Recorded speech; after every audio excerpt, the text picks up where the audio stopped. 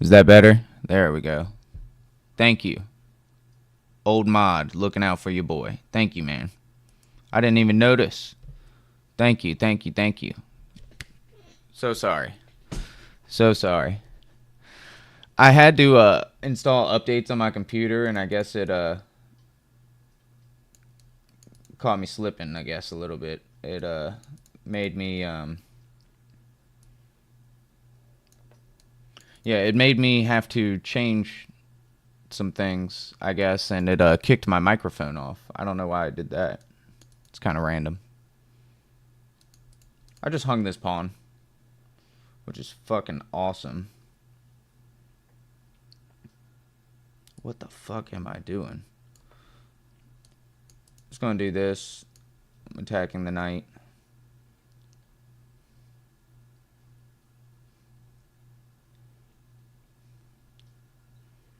I don't know why I'm playing like this. This is terrible. A little distracted by the audio situation there, but that's not an excuse.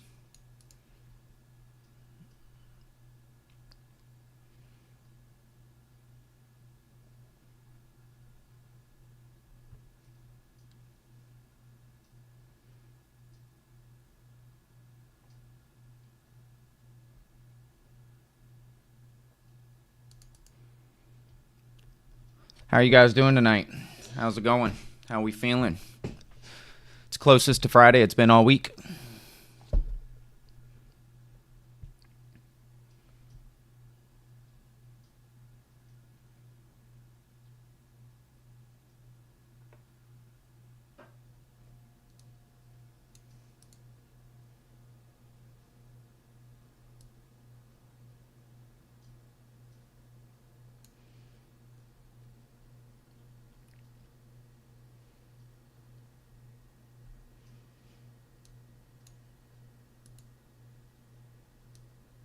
This just wins a pawn. Maybe I should just do that.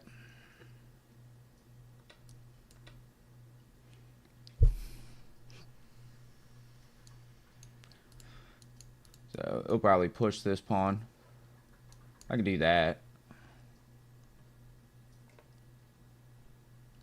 Heard that.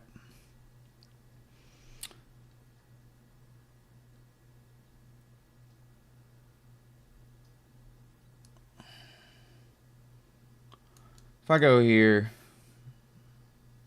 what am I doing? Nothing really.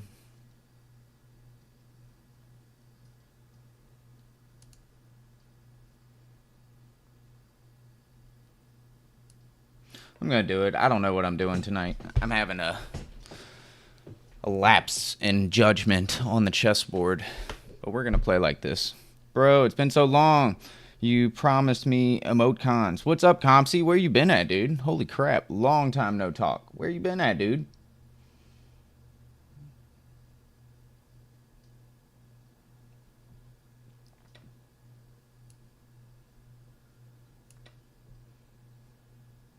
Where you been at, my friend?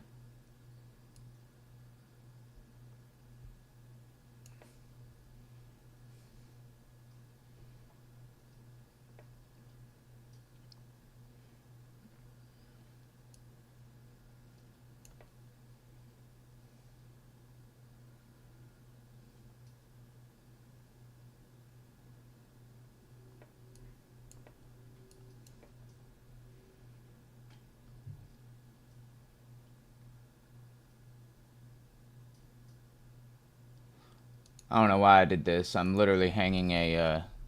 I moved the wrong piece, so this is a resignable position here. Fuck, man. I'll just resign. I don't know why I'm playing like this. That is terrible. Man, chess is hard. Chess is hard. Tonight we are just doing a little bit of a blitz climb, and then we have a chess lesson at about in almost an hour.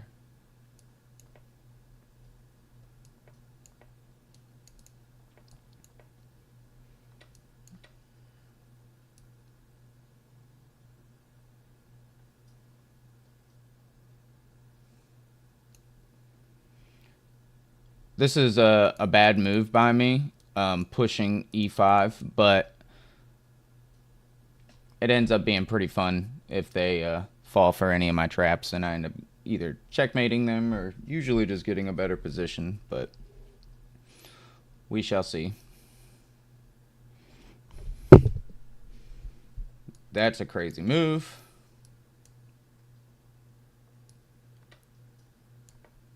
We will threaten the bishop.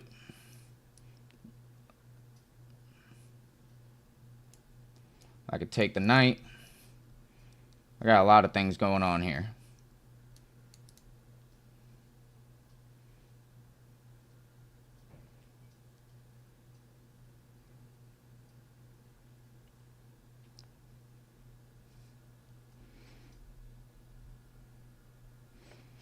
I should probably ask for some blitz tips during the lesson today.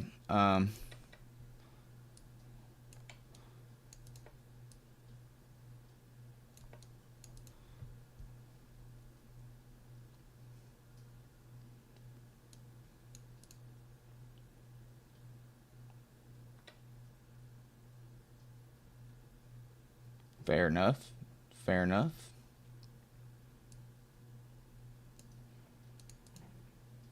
I don't necessarily have a follow-up, so you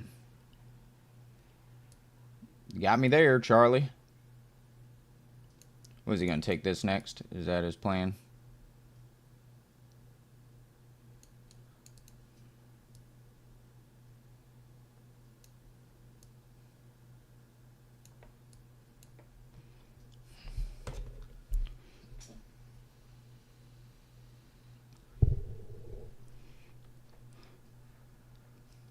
Yeah, I do need some blitz tips. I really suck at blitz. As you guys can see, I might have just been lucky to be over 900, honestly, because the way I play on stream, I just suck. I play a little better when I'm off stream, but not gonna lie, I stream every day almost, so I don't really play very much off stream anymore.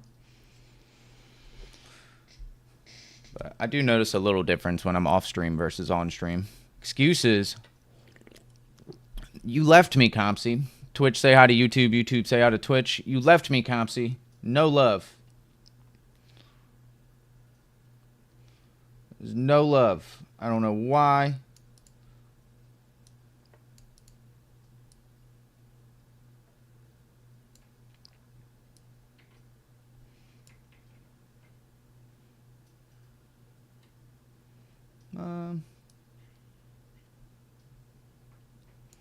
What do I want to do? Don't really want to come back. I don't think this behooves me very much. I could come back and block the bishop. What do I do to get better? I usually just sit here and play chess with you guys and play rapid, and then we have a chess lesson on Wednesdays. So definitely don't have a full-time schedule to play chess. I work every day.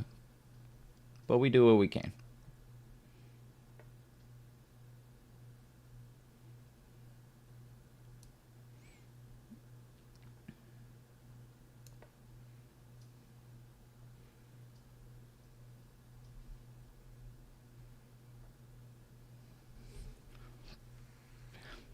Surely in rapid, I definitely get quite a bit better. But Blitz is a different story. Blitz is for sure a different story. I'm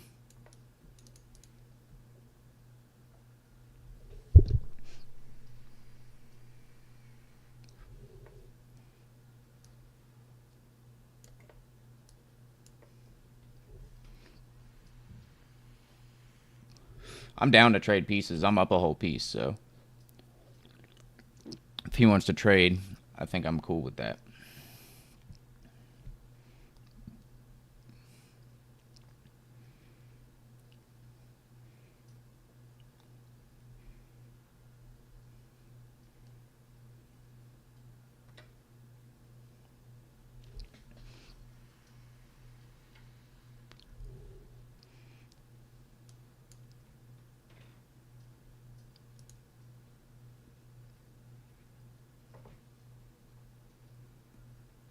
So his bishop's kind of stuck over here, which is nice.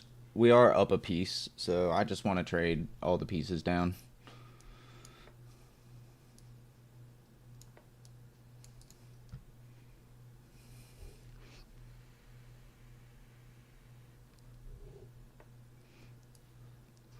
Make him make some weaknesses.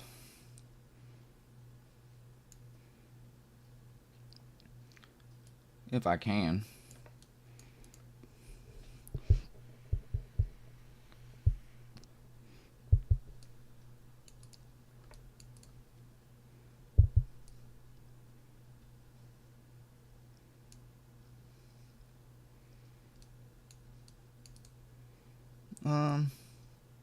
Yeah, I'll go for a trade if he'll do it. He can actually pin my...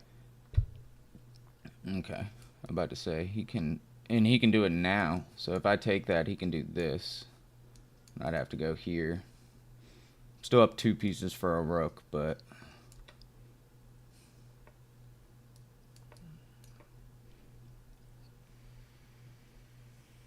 Shouldn't have allowed that.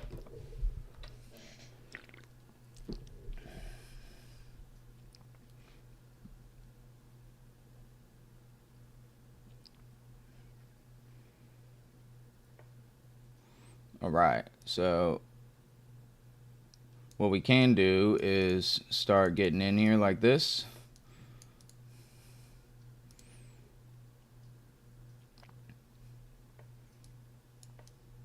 We'll do this, we'll attack this, this. Start winning pawns, baby.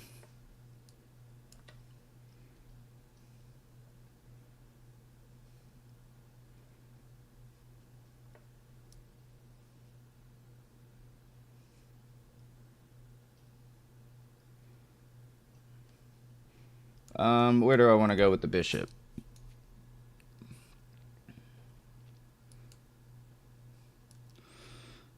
We'll go here.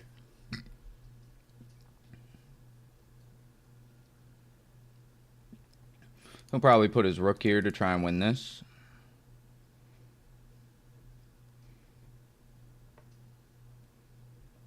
Fair enough. My knight is pretty trapped at the moment. Can't go here, but I can just start to push maybe.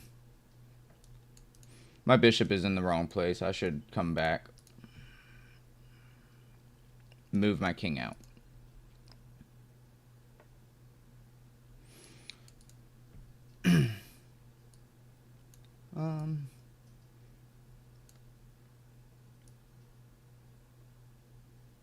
So if I push this, he can actually just push, which is eh. So I'm going to drop the bishop back.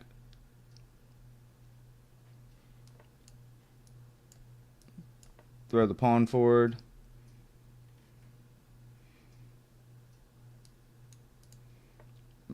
My knight is trapped, so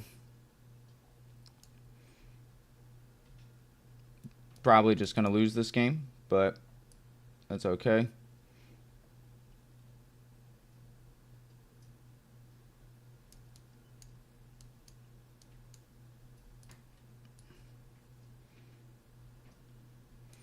Yeah, I don't have a way to defend my knight. Kayez, welcome in, welcome in. Guess what?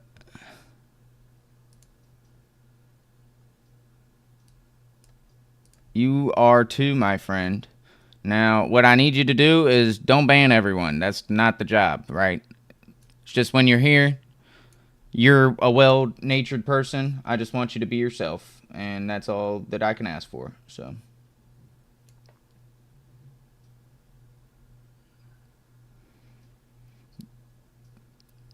What's up, Jimmy? What's happening? What's happening? What's happening? So he's just gonna win because he's gonna be able to win my knight. I can't do anything right now. I don't know what to do. I wanted to push this pawn, but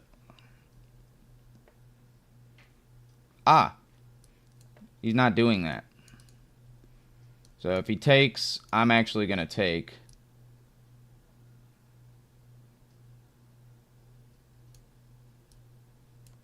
Yeah, we'll take with check.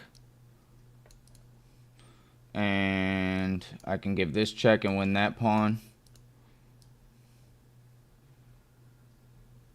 And defend this pawn, which is kind of sweet.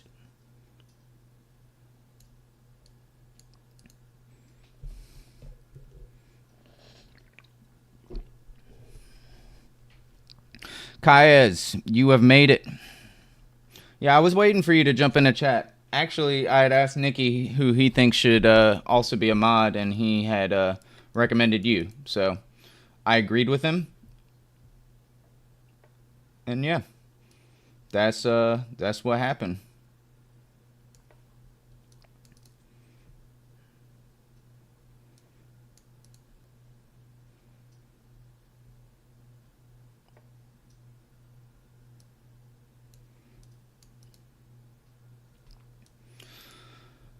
All right. I'm gonna start bringing my king too. So not really sure what he's got going on, but I'm just gonna walk my king forward.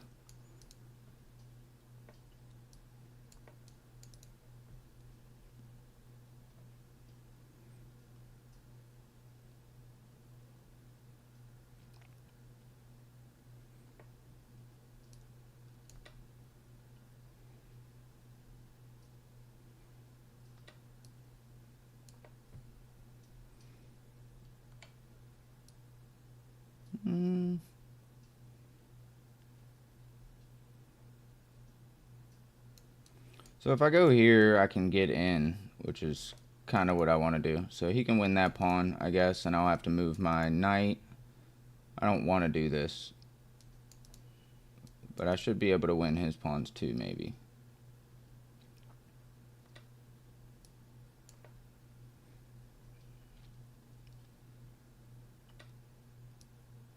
I just hung my knight.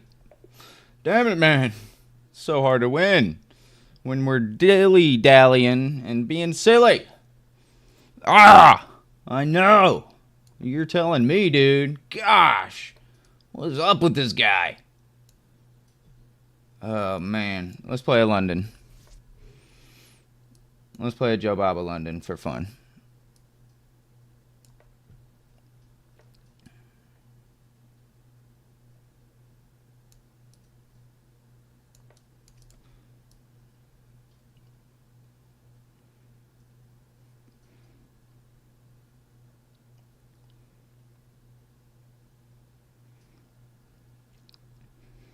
Yeah, I probably didn't need to resign, but it's okay.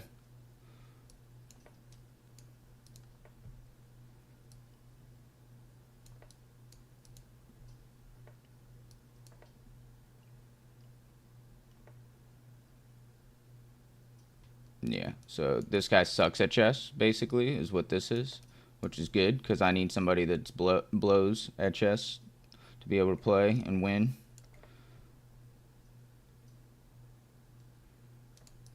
This pawn is straight up hanging. Alright, he finds it. Good job, my friend. That was like dunce cap shit. I love it.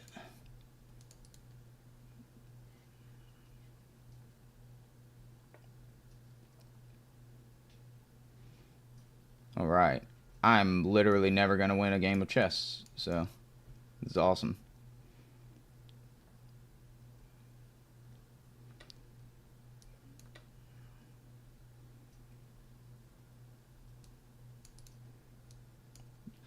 Rooks to the open files for sure.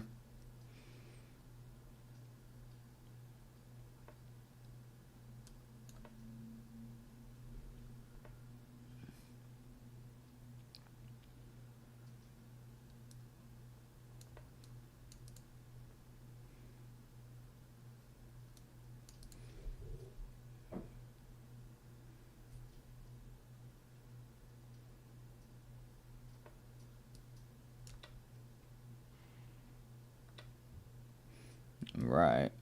Big baby boy. Boom, boom. I don't care about that. What do I want to do is more of a question. I will attack a pawn.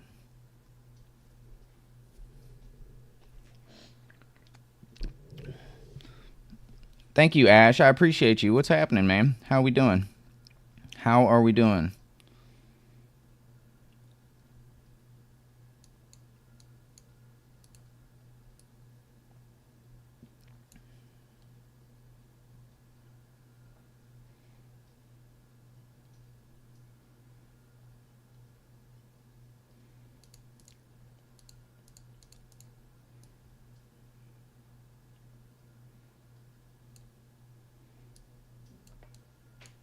I mean, his queen is there. I'll put the queen there. I don't care.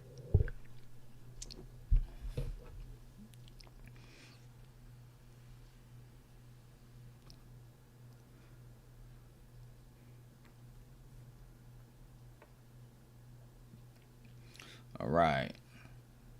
My boy is a baby.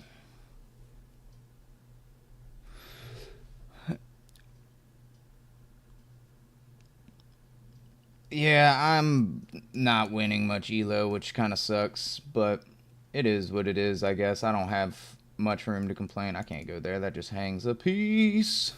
I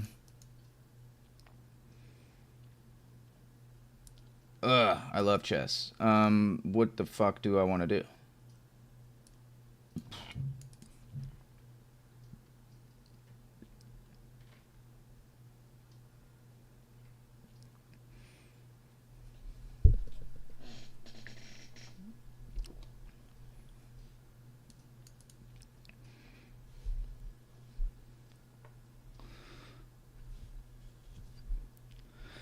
Yeah, he did wait a little while for a game. It's alright, though. I mean, that shit happens. Takes. Yeah, we're just gonna push. Bye. Lock it up, bro.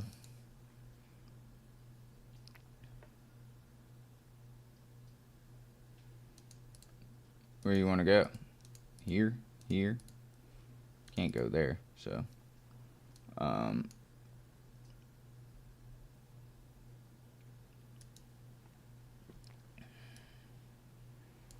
Yeah, so I'm going to put my knight here. If he does something like this, I'll just drop back. And then maybe I can even trade off. Or I could do this. Or I could do this.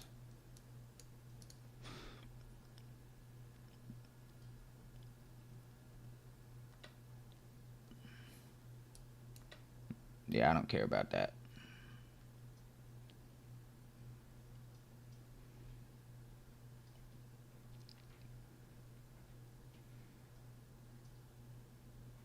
This guy is so much better than me at 827.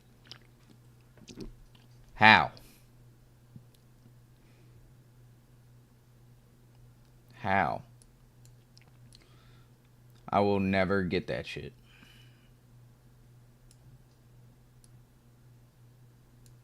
I have no idea what to do. I mean, looks like he just wants to do this, right?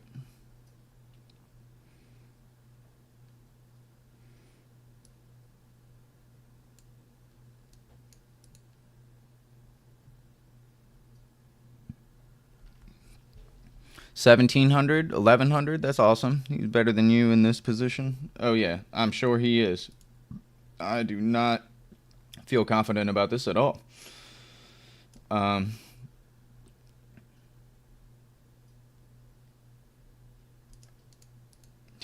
I mean, it is what it is.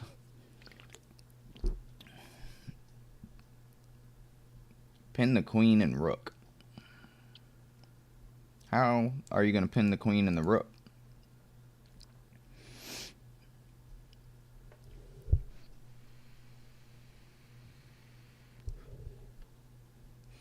Yeah, I don't know what they're going for here, but it's okay. I'm just cooling, I think. So I'm going to really get this knight up in here.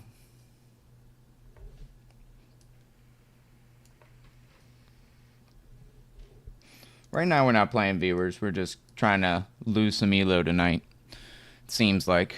Hopefully we can gain some, but so far I've been getting my ass kicked. Not been playing good chess. It's probably a good thing that we have a chess lesson tonight. So on Saturdays and Sundays, I have tournaments, and they're open for everybody. All you gotta do is join my chess club, and it's an unrated tournament, so you don't have to worry about losing rating, and you will pretty much certainly get paired with me, which is, you know, half the fun for most people. Is they want something like that to get a chance to play. So if that's what you're looking for, then yeah, you should go for it. Saturdays and Sundays at 1 p.m. Eastern. If you join the Discord, you have a pretty significant advantage over a lot of people just for being able to get in touch with me. But whatever your heart desires, as far as that's concerned. I don't know, dude. I don't even know. I'm gonna move my king forward.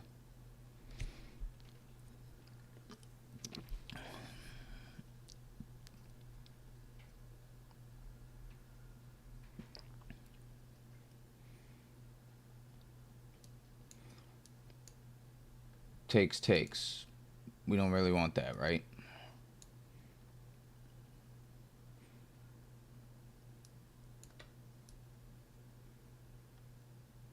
Maybe we do. So I can just I can't take that pawn right now because my stupid king. But what I can do is back my ass up and just say that was a bad move. And I can get up in here. In here.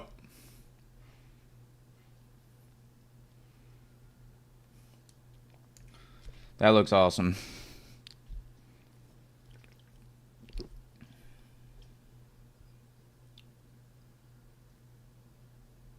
He can block with the rook. That's probably what he should do. But we're going to do this.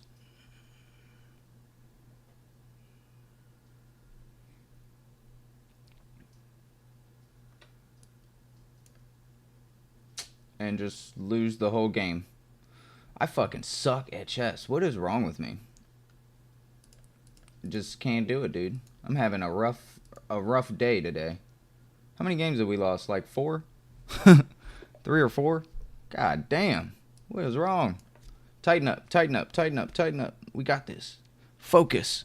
Dude, playing so terrible. I know, Kayaz. You telling me, man. You telling me. I missed you, man. Where you been at? How you been? Where you been at, dude?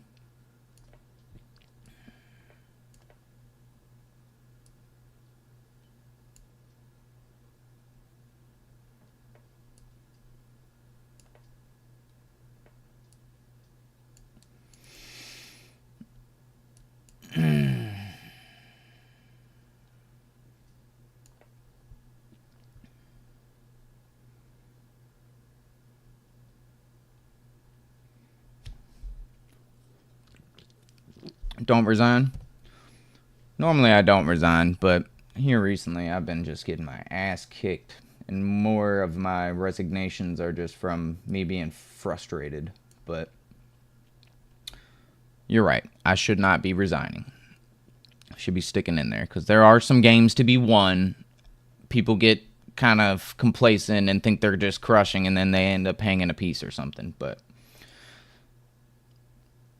I have a tendency to think that a lot of people around this ELO cheat, but that's just my thought. I don't think everyone does by any means, but I think a lot of people in this ELO have an engine on for a little bit. It's just my thought. Not saying I played any today, but I do feel like sometimes people be playing with some engines at this rating. That's all I'm saying. I want to put the bishop here, but I didn't feel like playing a3. Yeah, that was a wild way to get around. I mean, I guess he's preparing for d5 is what it looks like.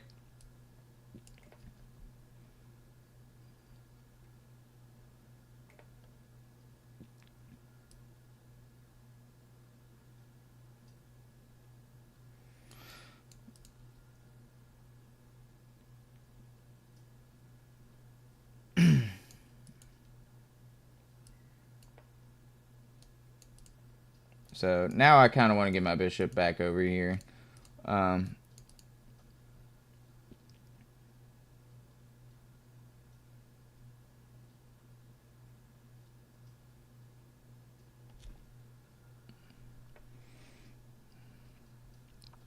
Yeah, I think that's true too. I think there's quite a bit of truth to that. Takes. He can take with the knight. I take with the knight. He takes.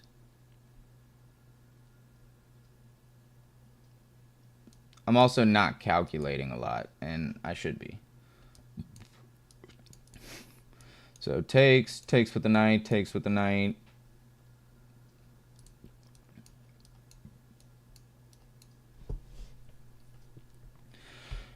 And then he can take with the queen if he wants to, I guess.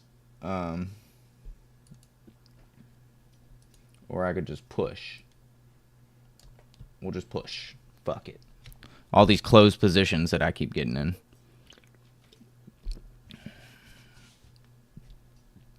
You're right. A lot of people do feel that way. And it's not a real superpower, right?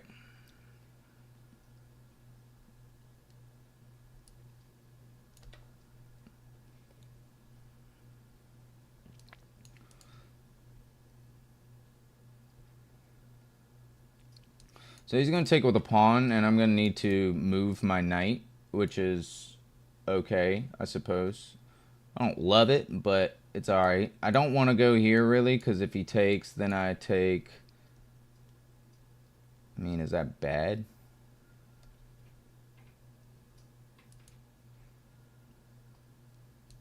If I go here, he takes, I take. I mean, am I really upset with that?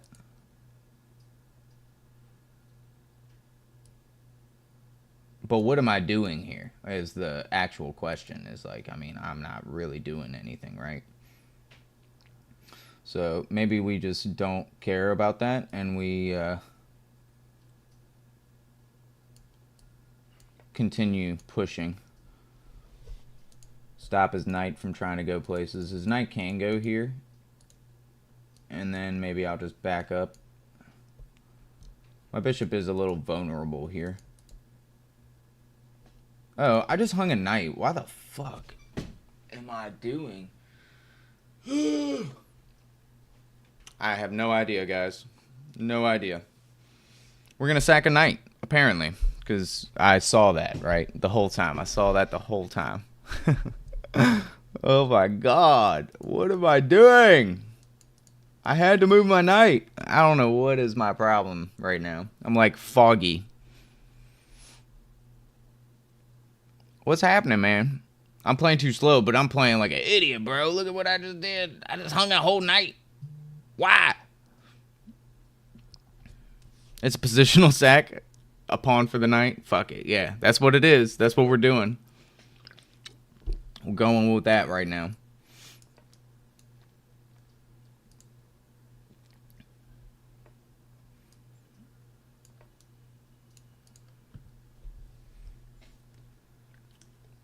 You see him playing more confidently now, right? You see how he's playing fast now? He's like, oh. Like, oh, I could play.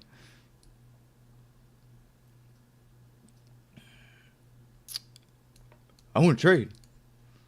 I want to trade things.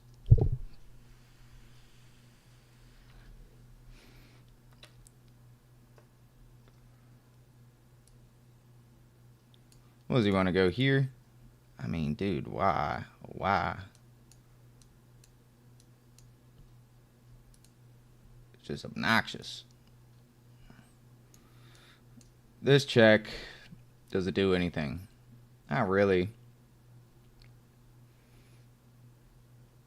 He's also hitting my bishop, which is super obnoxious. I don't want to trade.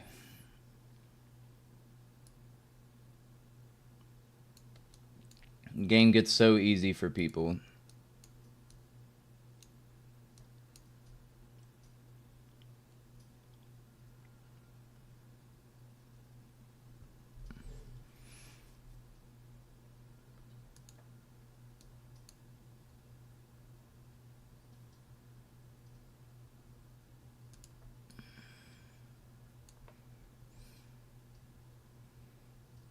I don't want to trade the bishop.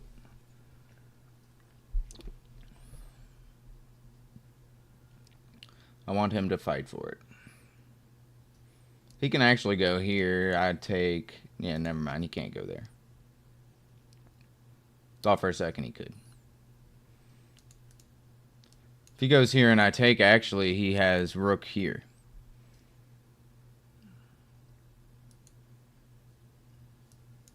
So maybe I just need to play f3 immediately. Good luck, man. Go get some food, man. Get you some grub. I actually need to throw... I need to eat my leftover chicken pot pie from yesterday. Leftover chicken pot pie. Man, I'm ready for this chess lesson. I am fucking up today. I've lost 30 ELO while we've been streaming.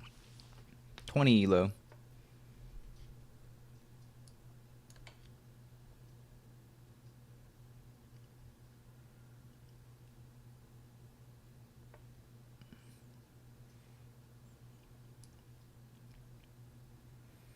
So if I go here, he's going to go here.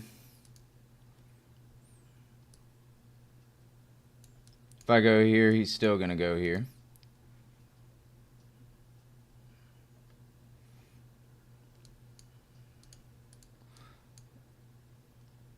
If I go here, he goes back. I go in this pawn.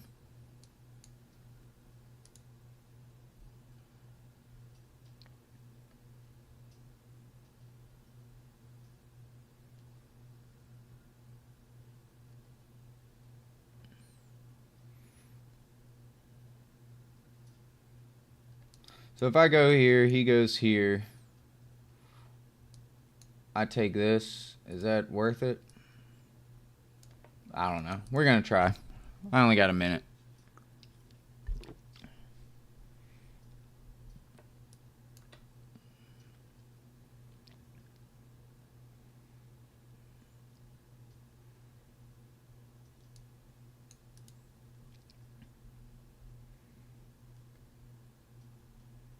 I don't have any, like, discoveries, which kind of sucks, but...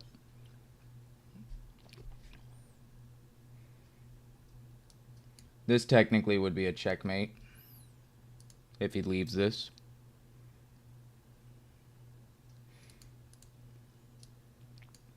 He moves the rook there, takes, and I can't take back. Wait.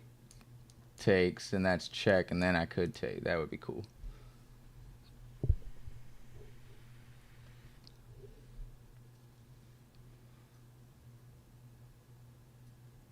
Yeah, if I go bishop here, it's a checkmate, so that'd be cool.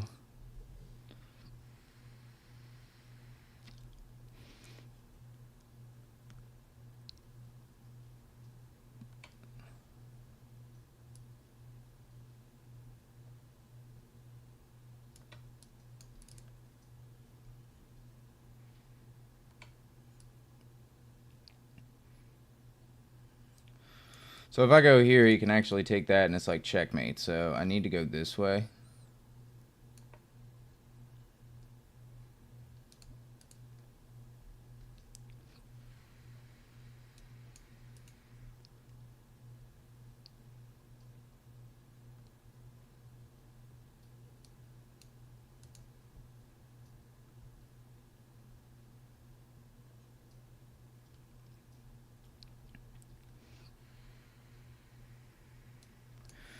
Now bringing the bishop back is a better move.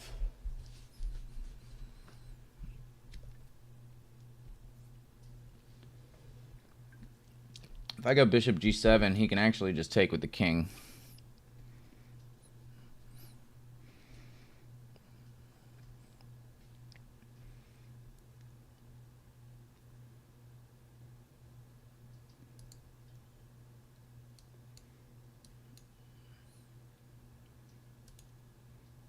If I go bishop g7, he can take with the king. Why can't he take with the king?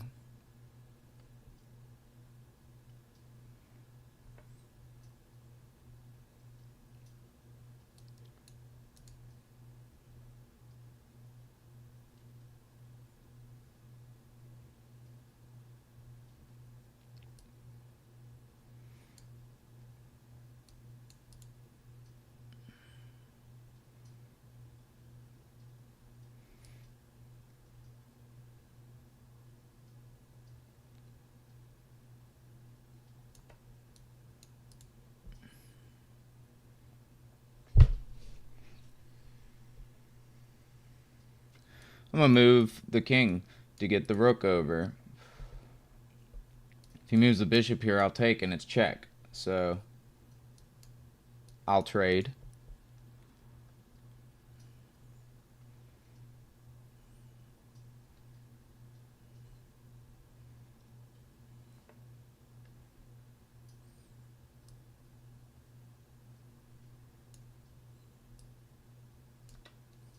Oh, I'm a fucking idiot, dude. Fucking dog shit.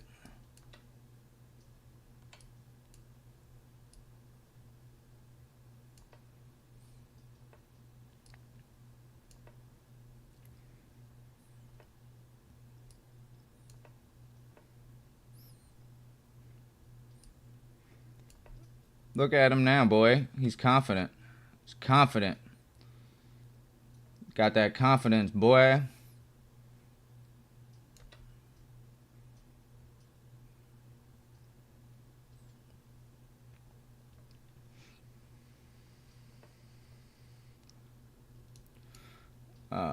That is straight up. Could be a good move. We'll do this.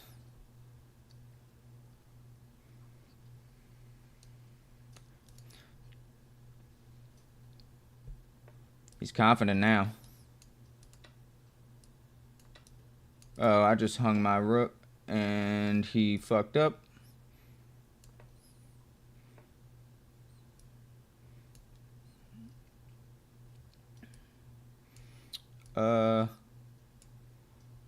Can't do this.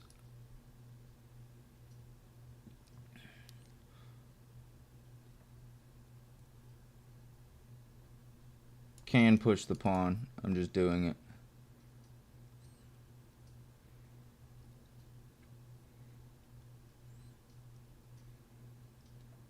He can take out the pawn if he wants to.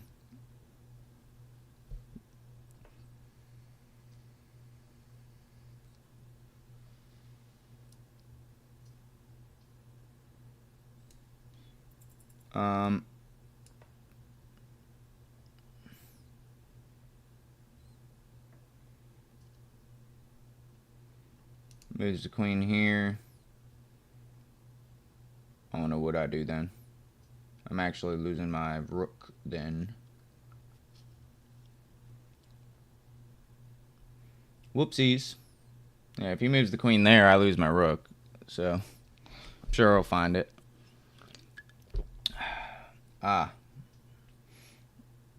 The ever so lovely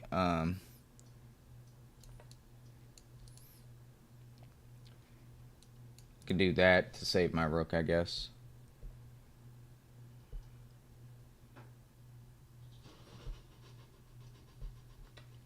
Play on time, baby. Play on time. Gotta do that. I'll just go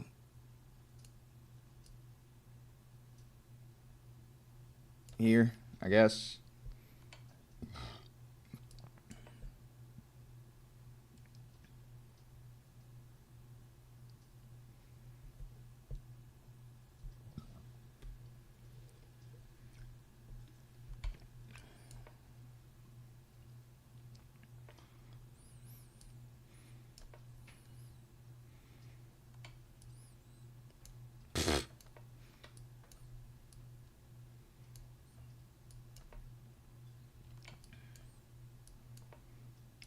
I'll just resign. Jesus Christ. I can't win shit today, boy.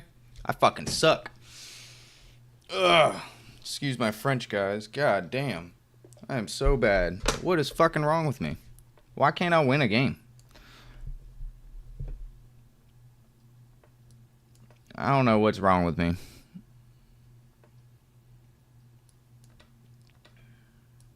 No idea.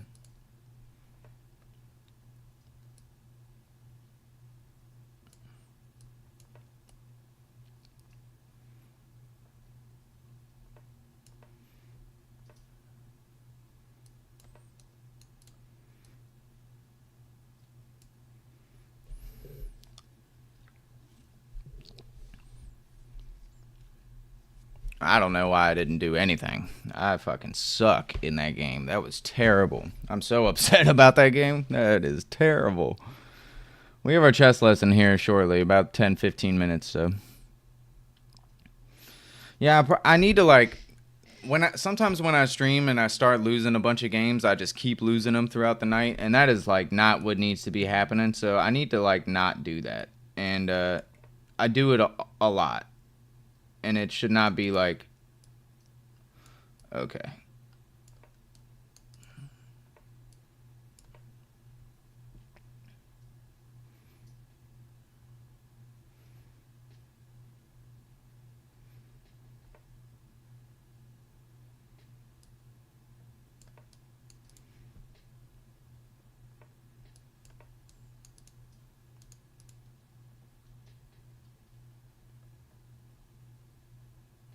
You can technically just take the pawn.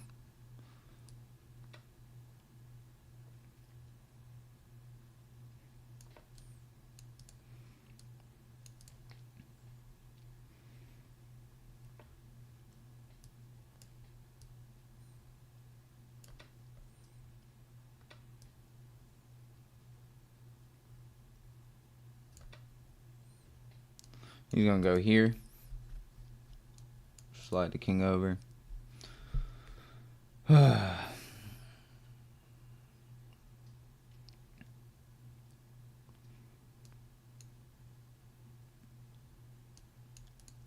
should have teamed up here. That would have been smarter.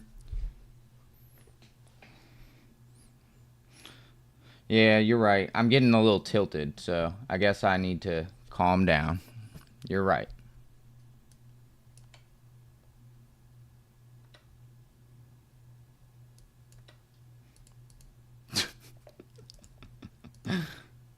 Ugh.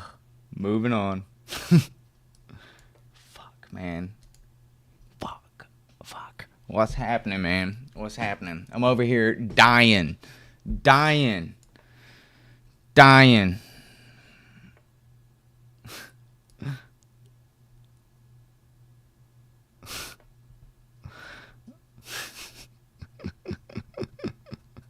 Something needs to give. That is for damn sure. Where is this guy from? European Union. That's pretty cool. Never seen that before. I'm gonna try, man. I think we'll figure it out. I'm gonna figure it out.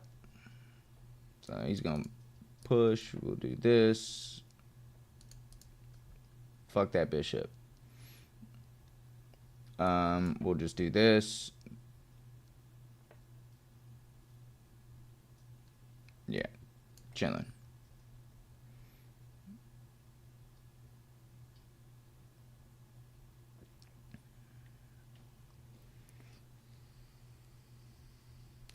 If he wants to take, whatever, dude.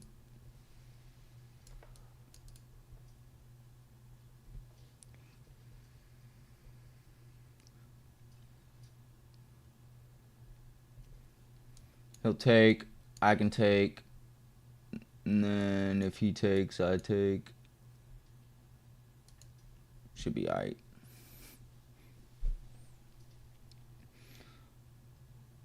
Takes.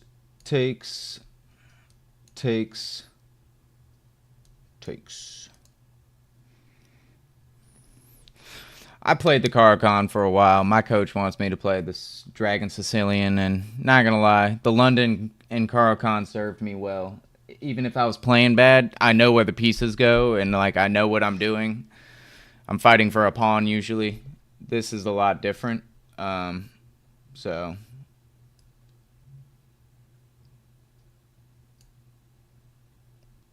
takes.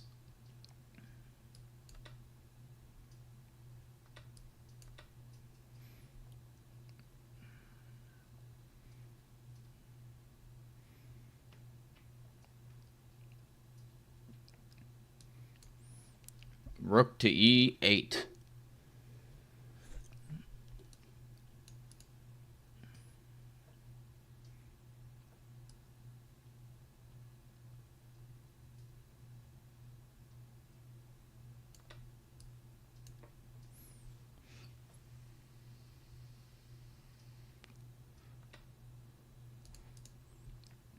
Okay.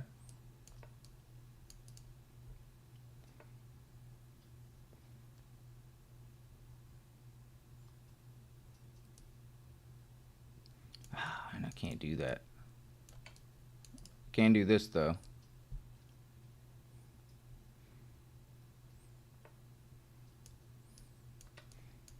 He should have taken, probably. I still think he would have lost a piece, but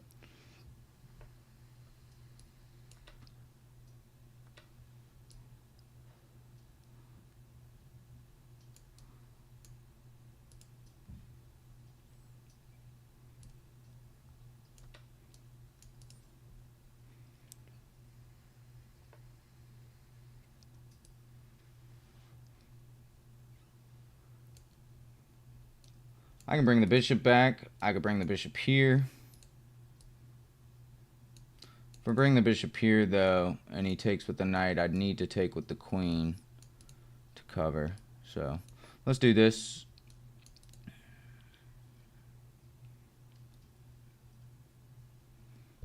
We're up material. I should be able to win this one. Come on.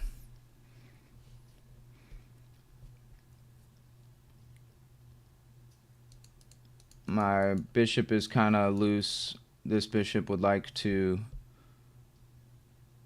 do something a little different with his life. So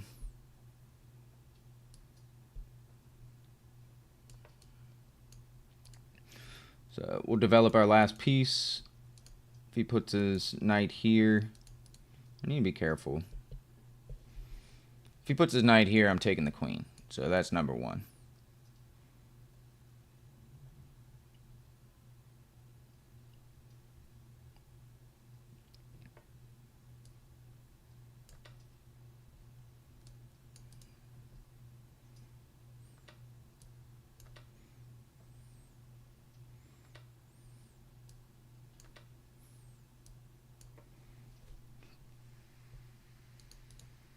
Oh, I just hung my bishop back.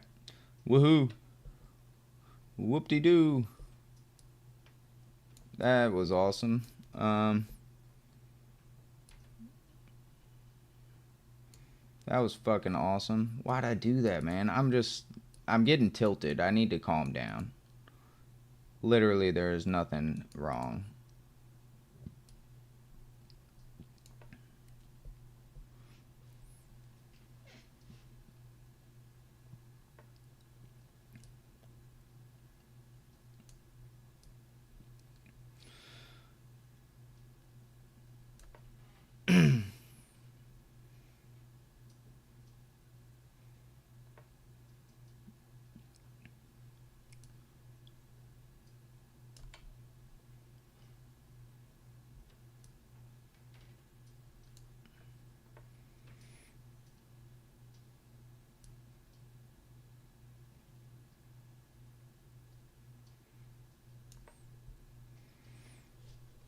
Alright, this bishop is defended by my rook. This rook is off by himself. I can start trying to win pawns, maybe. If he goes here.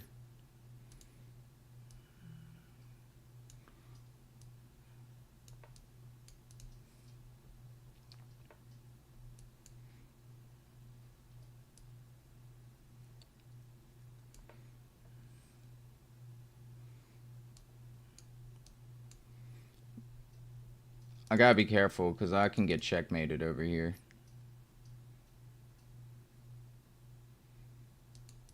But right now he can't move his rook to any of these three squares, which is sweet.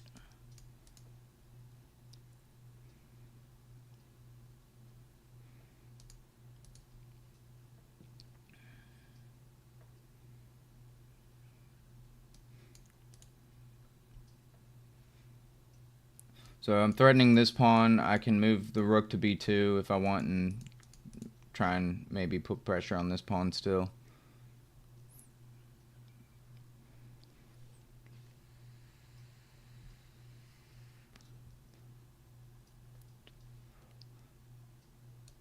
Yeah, my back rank is very weak, but he can't get to my back rank right now. He can't go to these 3 squares. He can go here with his rook. And I can take this. He moves his king down. I take this. He moves his king down. I go here. That's checkmate. If he moves his king up, I need to block. So we'll take the pawn. If he goes down, I think it's checkmate. If he goes up, we can come back and block.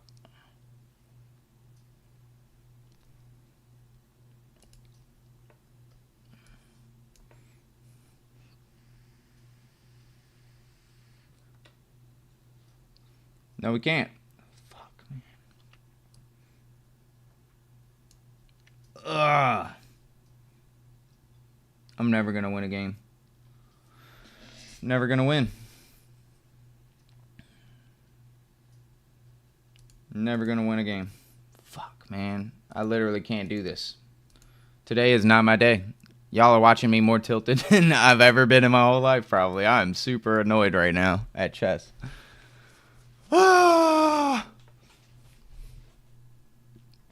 Last game, then we're going to do chess lesson. What is wrong with me?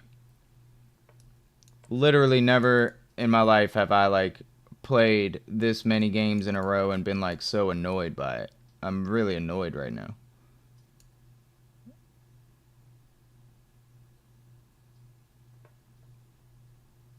Yeah, that's actually the best move, and almost nobody plays it. So, funny enough, I need to defend my bishop now.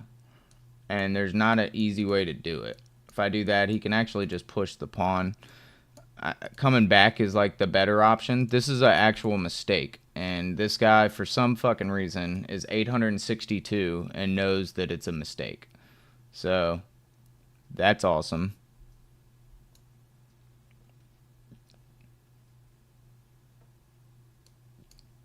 If I do that and he does this, I got to come all the way back.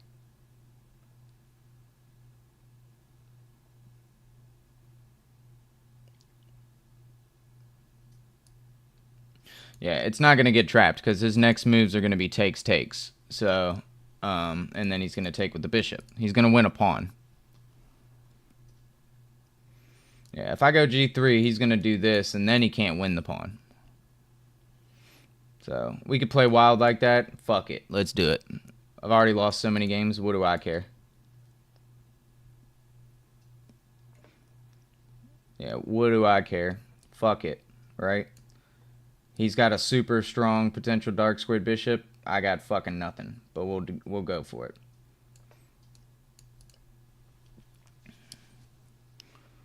This is not a good opening. This is not what I want to do at all. I'm like super tilted. I need to like chill out because I'm so annoyed that I'm losing so much ELO. I'm about to go below 800 ELO. Ugh.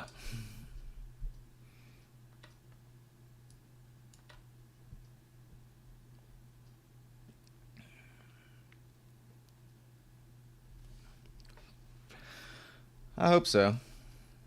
I'm not super worried, but it is annoying. I would rather be playing better.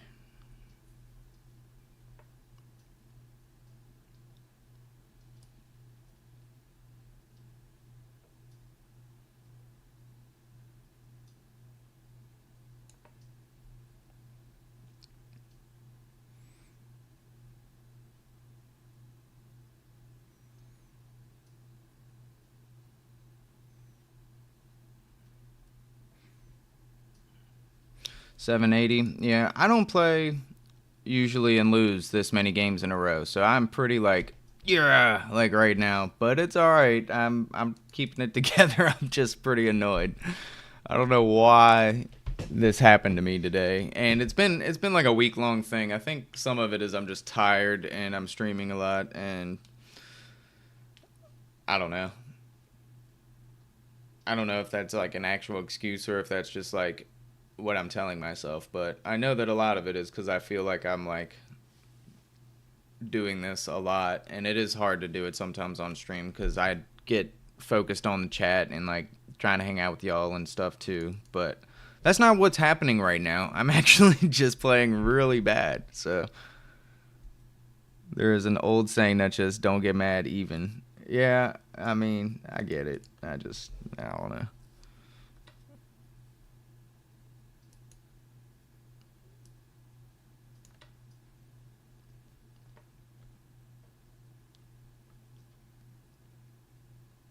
I'm just losing everything.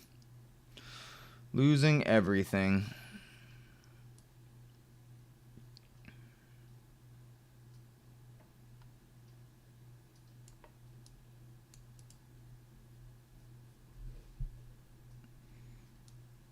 So if he takes this pawn, I'll just maybe put my bishop here. I don't know. I don't really want to trade the bishop for the knight, but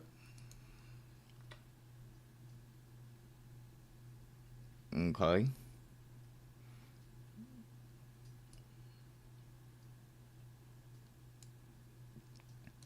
This pawn is still under attack. If I go back, he's going to take. If I do this, he's just, I mean,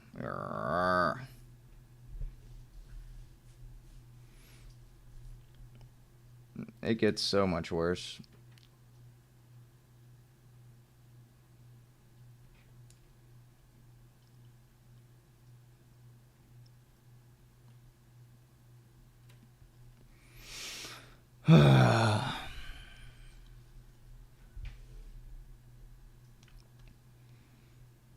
It's tough, man. My ego is really annoyed right now. Really annoyed, and I don't usually get very annoyed, so it's a lot for me right now. I'm pretty annoyed. He's gonna open up his rook.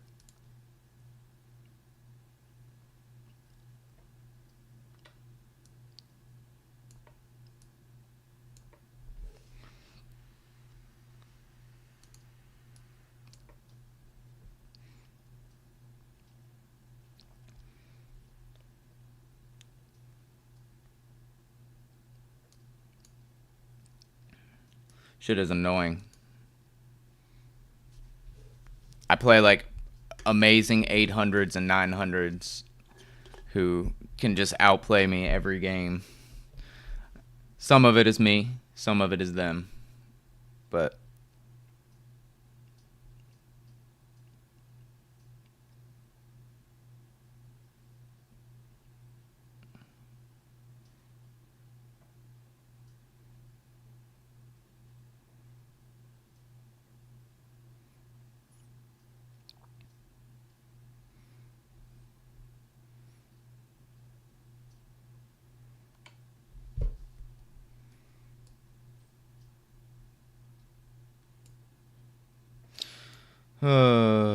just lose a whole piece.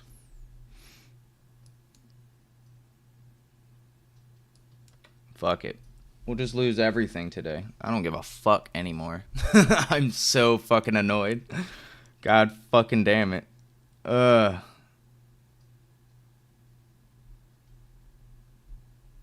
I don't give a fuck anymore. Fuck it. Fuck it. It's done. It's done. I don't give a shit. Alright. Let's get ready for our fucking lesson. I'm so annoyed. We need to change pace. I am fucking frustrated, boys. Ladies and gentlemen, I am fucking frustrated. Excuse my French. I'm sorry that I'm cussing so much today. Normally, I do not do that, but I am very aggravated by that. Descent into madness. Yes, I am ready. Y'all,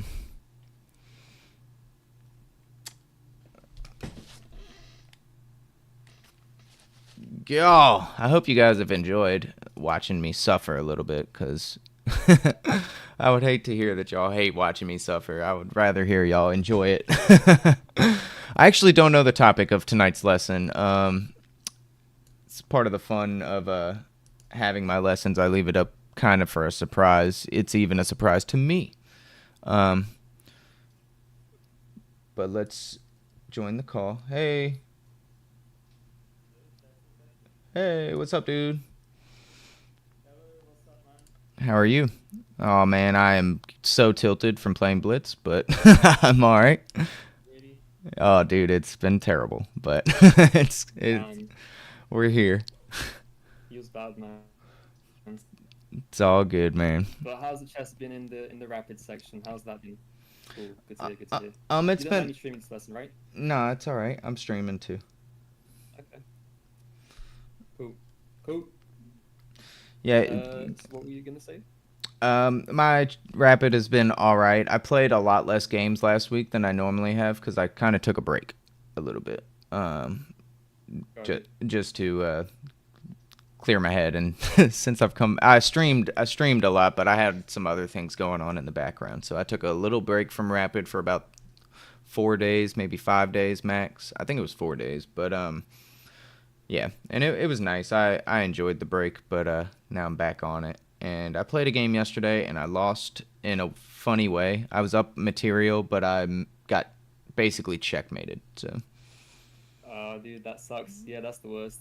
Dude, yeah, I had the biggest problem ever with that kind of stuff. I would just be in winning positions all the time because my repertoire was so good, and then just blunder every single game. And there was this point, man, I remember where I was so tilted because I was playing like around midnight, something like that, and I clearly remember losing like 6 games in a row, like being more than an exchange up, like 19 points of material from just getting mated. It was ridiculous, man. Like I have never been so pissed at chess before in my life. right now Oh, but I yeah, never get aggravated, and I'm pretty aggravated right now because I've just lost so but much blitz rating. Blitz doesn't. I don't care about my blitz normally, but dude, I've lost like 7 or 8 games back to back just now, so that's never that fun. got it. Yeah, no, that sucks, man. Have you ever broken anything though from say, till say that or again. no? Have you ever broken anything like Oh no, I don't I do don't know. that. No, I'm not that guy. Yeah, I'm Yeah. not that guy too, pal, but it happened to me. Yeah, I mean, you're not at the worst you could ever be at, so Oh, I don't know. you I won't be still breaking don't. it. But I feel pretty bad. I don't think that I would do that. I'm really not the kind of person to like get physical and smash shit. But yeah, I don't know. I can't say it would never happen, right? Like I don't know that, but typically that's not me.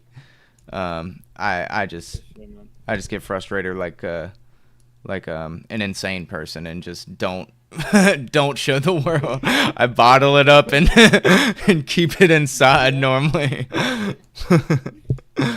I'm let's go. trying to fix my outlay a little bit. I updated my computer today and it fucking destroyed all my stuff for some reason. But I think we're good to go. What is today's lesson Yeah. going to be about? I think my So audience is really excited to know. So today's lesson's basically going to be we're going to continue on those games I was showing you, those model games, and basically we're trying to understand every single pawn structure there is to understand. And if you check out my stream, you'll see that I've titled it "Understanding the Board." Sure. And the reason I call this "Understanding the Board" is because the chessboard speaks to you in a way. You could phrase it like that, and it begs you to play a certain move. And people call that intuition, and it's a good definition, intuition. But also, it's something that you feel is right because the board leads you to think about a certain strategy that you should exploit or play towards. And so, we're basically studying all these different strategies. Like we've looked at rooks and open files and how dominant they can be. We've looked at isolated pawns. We've looked at bad pawn structures and how to ruin pawn structures to gain targets and stuff like that. So all of these things is basically what we're going to be touching on today. We're just going to be following through with the lessons we haven't looked at just yet. So yeah, if your stream has any questions, just let me know what they're asking, and you can interrupt at any time Okay. because yeah, I can't open up No, it's your okay. Yeah. stream since I'm I'll recording let you myself.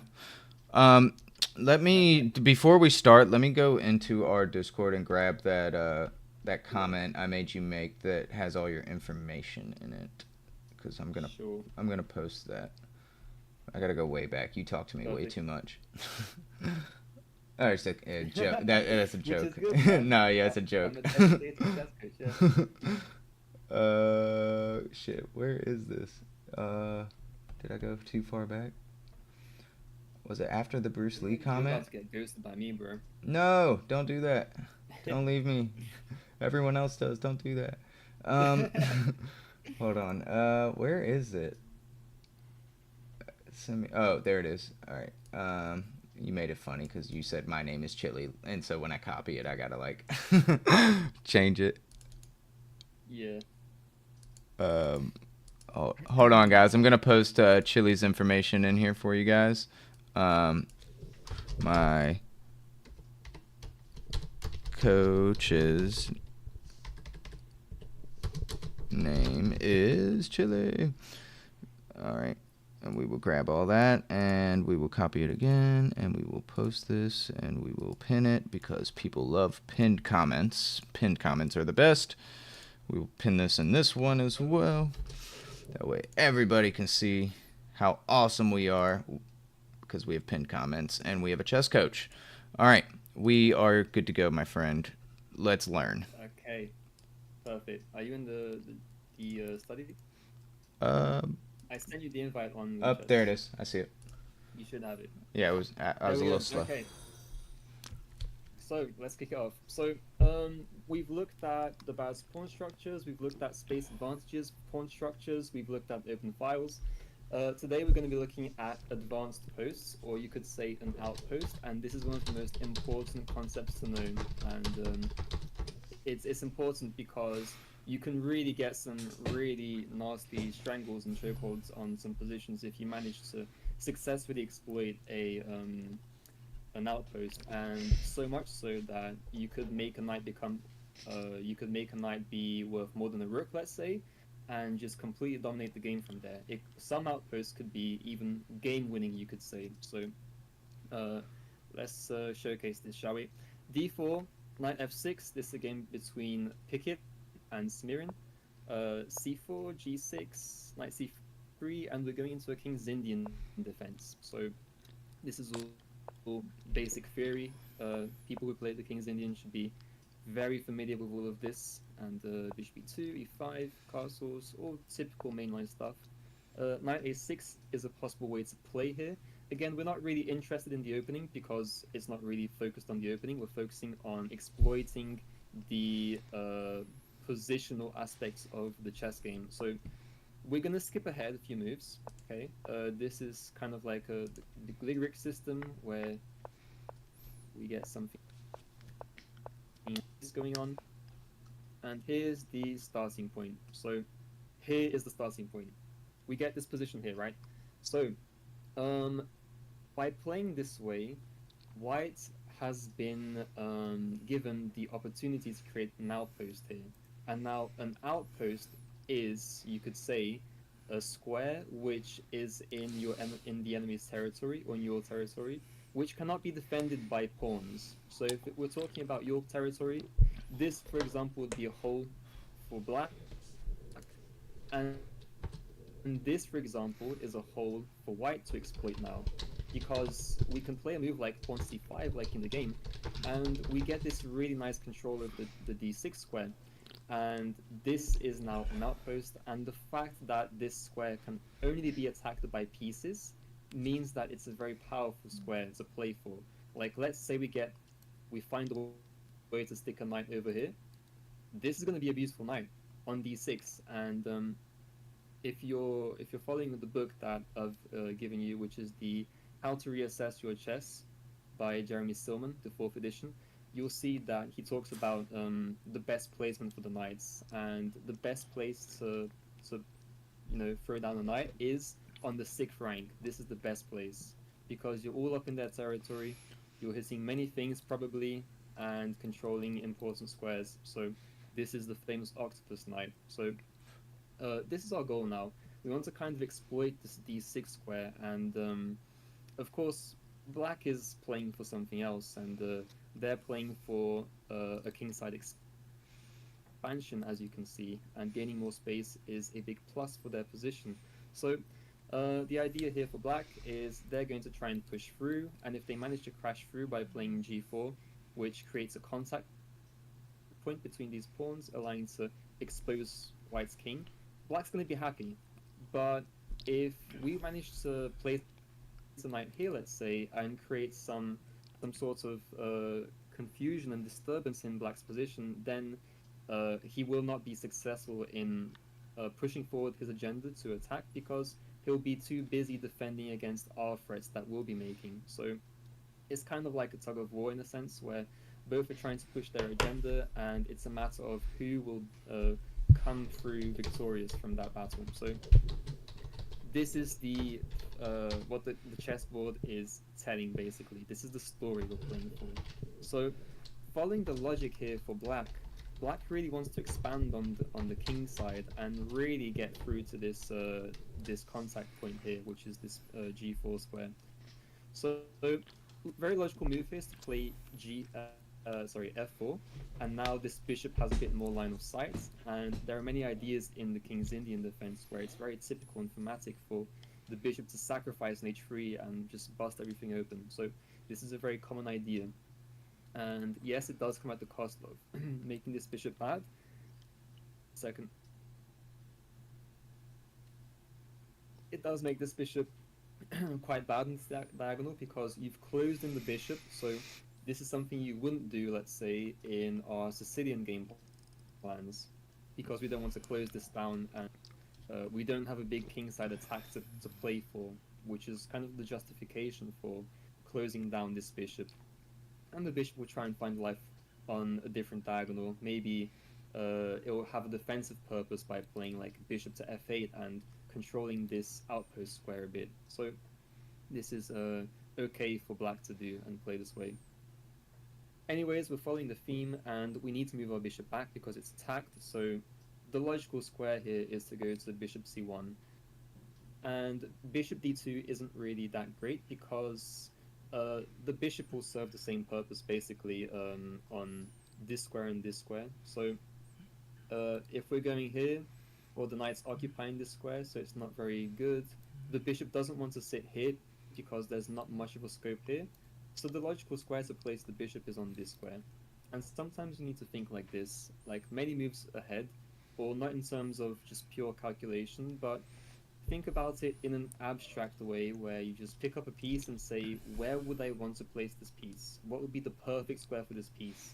And we can see that the perfect square for this piece would be over here. Why can't I draw arrows? Can you still hear me, by the way? I can, yep. There we go. Yeah, that's weird. I can't draw arrows. Okay, here. And this knight, for example, would love to be here. We'd love this knight to be over here, kind of reinforcing this knight. So we have this ideal of a perfect placement. And we can say, furthermore, that, okay, we'd love this bishop to be over here. Oops. We'd love this to be here, and these rooks to be here, let's say. Everything has a perfect place placement, and that's kind of like what we're working towards here, but very slowly, of course. So bishop c1 is the first phase in rerouting our pieces to the best square. King h7, which isn't really precise because the engine says that it's more important to immediately start attacking and trying to break through, otherwise white's attack will be too strong in the center and the queen side. But black understandably was scared of stuff like queen b3 or bishop c4, and the engine doesn't give that line. The engine says just jump the knight into d6 as fast as possible, bishop d2, and from here we can play positionally around this weakness of black's. Now so this just goes to show that there's no reason to fear queen b3 or bishop to or bishop c4, because the king will then just jump here. So we're just waiting basically. Anyways, king h7 was played, bishop to b2 was played, knight c7, and basically the same moves. Now we figured out our first piece, which was this bishop, and now the most important piece to figure out is how we're going to get knights into d squares to kind of support each other this way. So what do you think we should do here? What's a good plan to reroute our pieces? How would you go about this?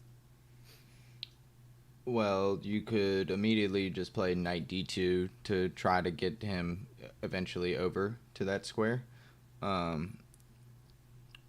I guess another thing that you could do is you could move your light squared bishop. Nah, I guess you don't need to do that to get the knight over there. If the goal is just to get the knight over there, I don't see why you wouldn't just play knight d2 and try to get over there, or at least get it ready. To figure out, there's another question here, which is which knight should go to which square, because we'd like to have knights that reinforce each other like this, which defend each other. Yeah. Now, if we play this one, sure, this is very simple. How do we get this knight onto this square?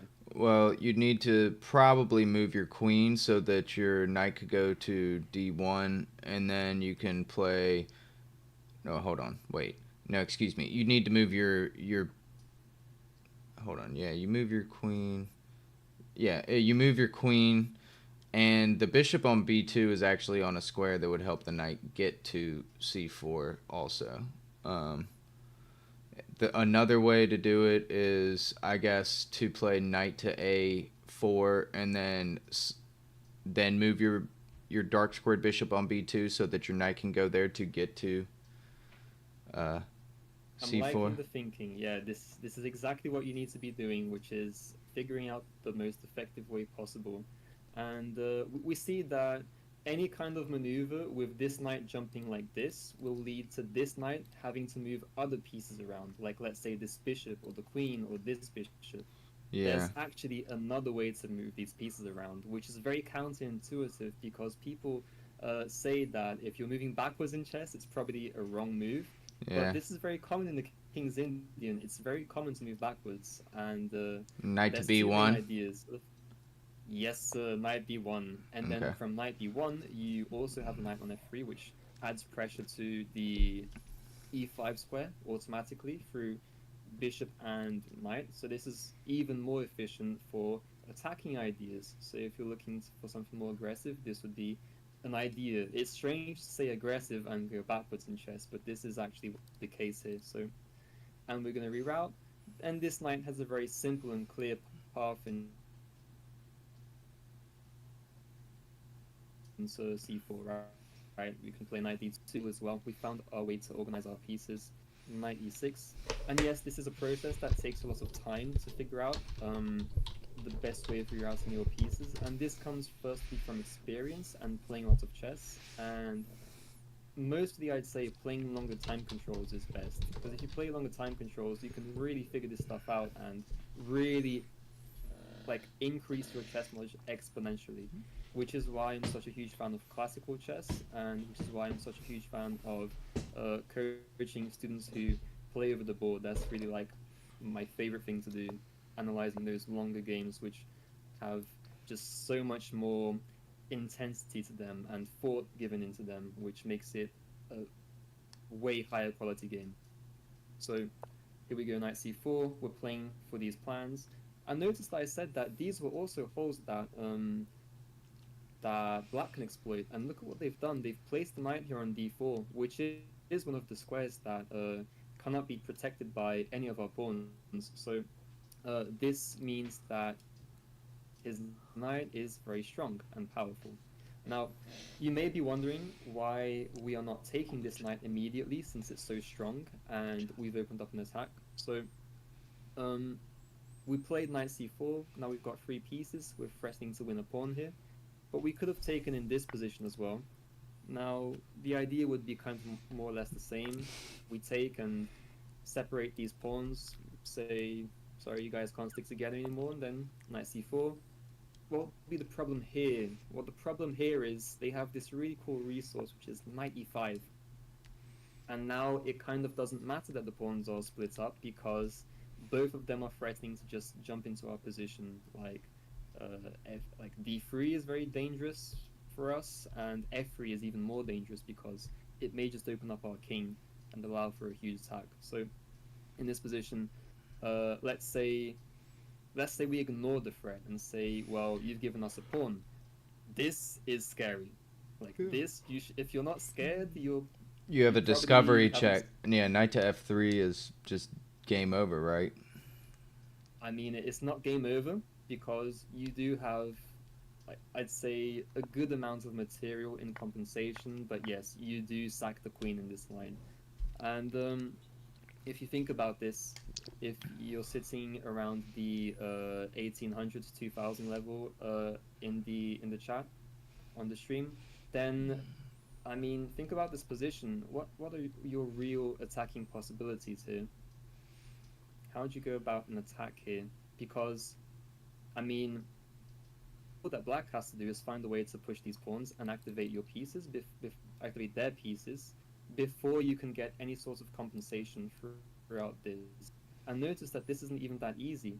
Of course, we have knight d6, which is a good move, especially a good defensive move since we're blocking this d file. However, the problem is we can never have access to, let's say, rook d7.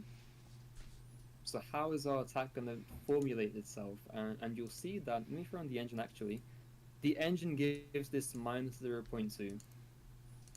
And which means that white's attacking possibilities are really slim. And if anything, white is playing to hold on to this game by creating a fortress. That would be kind of my thinking. I may be wrong as well in this, but to my understanding, white doesn't get to attack here because you're down a queen, and your pieces can't coordinate well enough as they need to actually create an attack. So black has all the play here basically. So this isn't good. How about we just play knight e6 then, which was our idea. Okay, well if you play this, unfortunately, he can move the queen and he still has the threats. So this is kind of like a one mover where we see a good move and it's hitting a queen, so oh, I'm gonna hit the queen and it's with tempo, so it's fine. I mean, I'll think about the next move on the next move. Yeah. But now it's too late because you've got two threats and you can't really respond to both of them. The lesser evil, of course, would be to play f3 here, but then again, d3, bishop takes, knight takes with check, and now that's a cool move. you lose this powerful bishop. That's a cool move. Like, not even taking, yeah. And now you have to move the rook, and he's got this super strong bishop that we tried for in the Sicilian, and yeah. Exactly. This is a monster now, and you can imagine that if this pawn pushes forwards, he has both of these diagonals to look at, and this, what's going on? Well, and also, like you said, if he just keeps pushing pawns, I mean, he's set up right now to just push the pawns as well. I mean, our knight looks fantastic, but, you know, he can probably just keep pressuring us. And like you said, the queen is defending, or is blockading that pawn. So, they can't do it forever if they keep pushing the pawns. Exactly, yeah.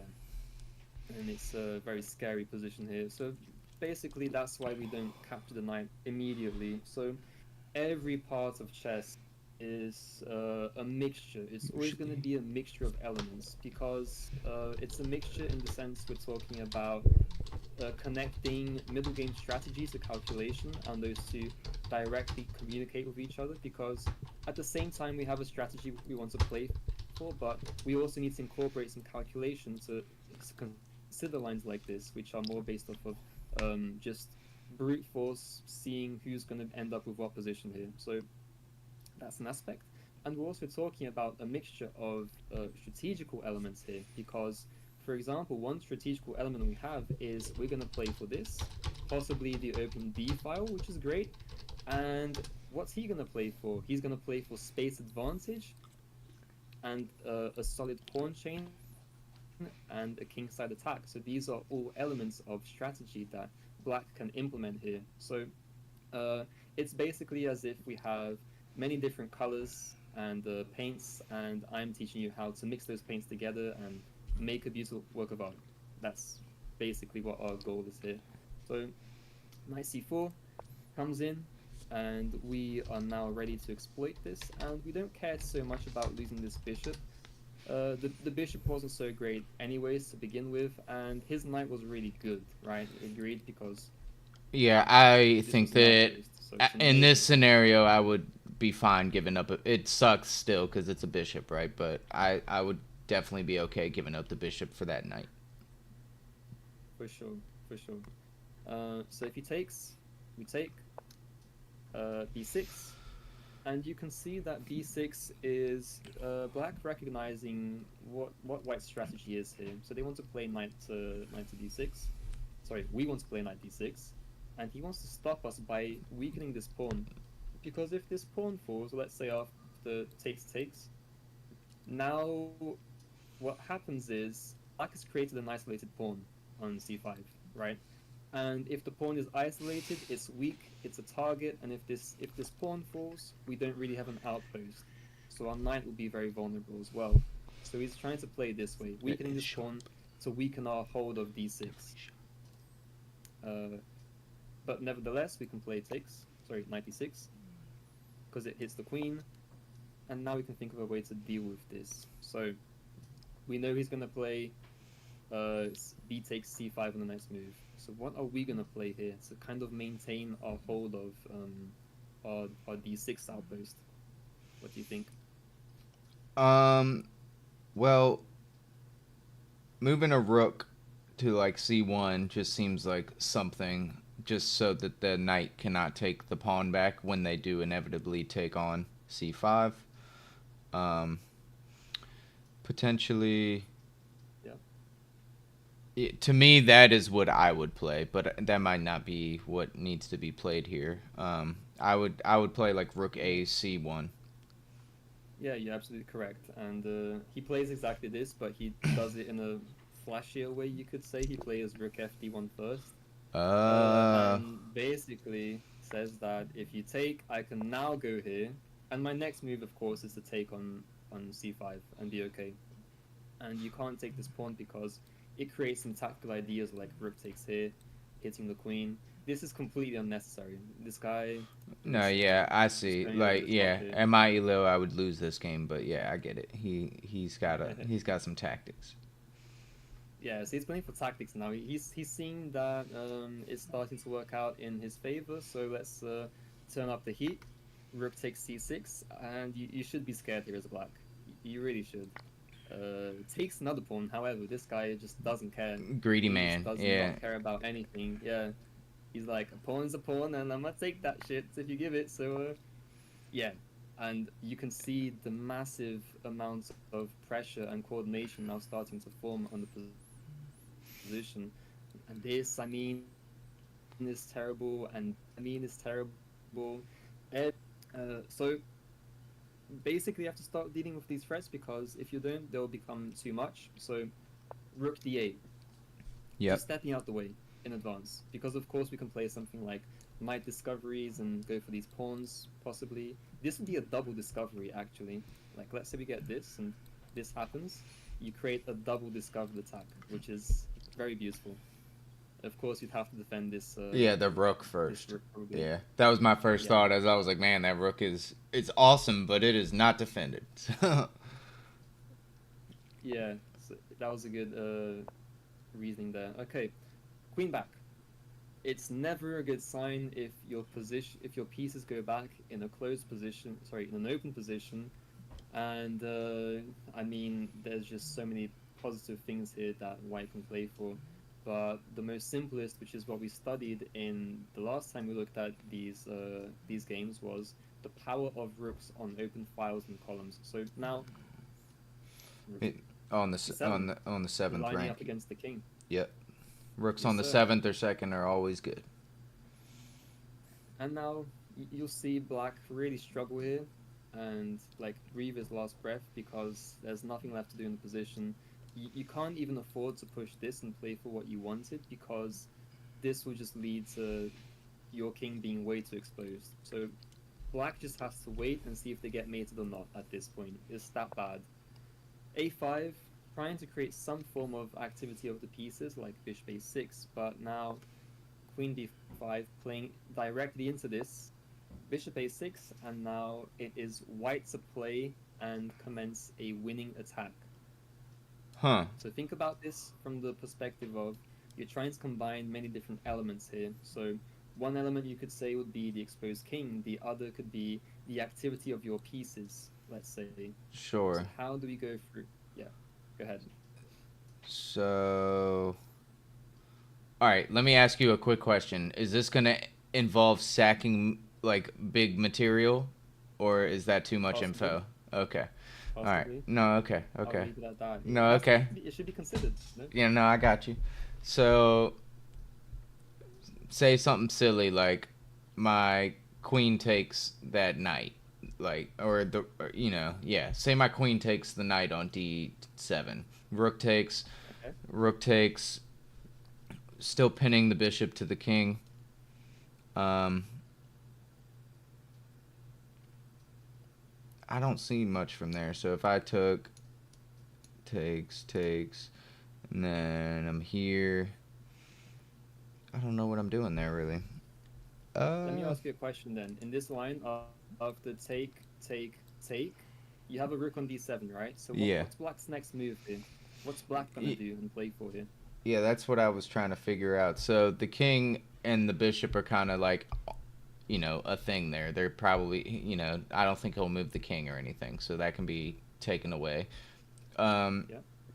I think that he'll probably try to get the queen over. I mean, queen to b3 could be a move in that position, just putting pressure on my dark squared bishop and getting in my shit. Because now my rook is also undefended on c1. Which that wouldn't threaten the rook immediately, but he brings his queen into b3. I think that at least I always feel scared if something like that happens. Um,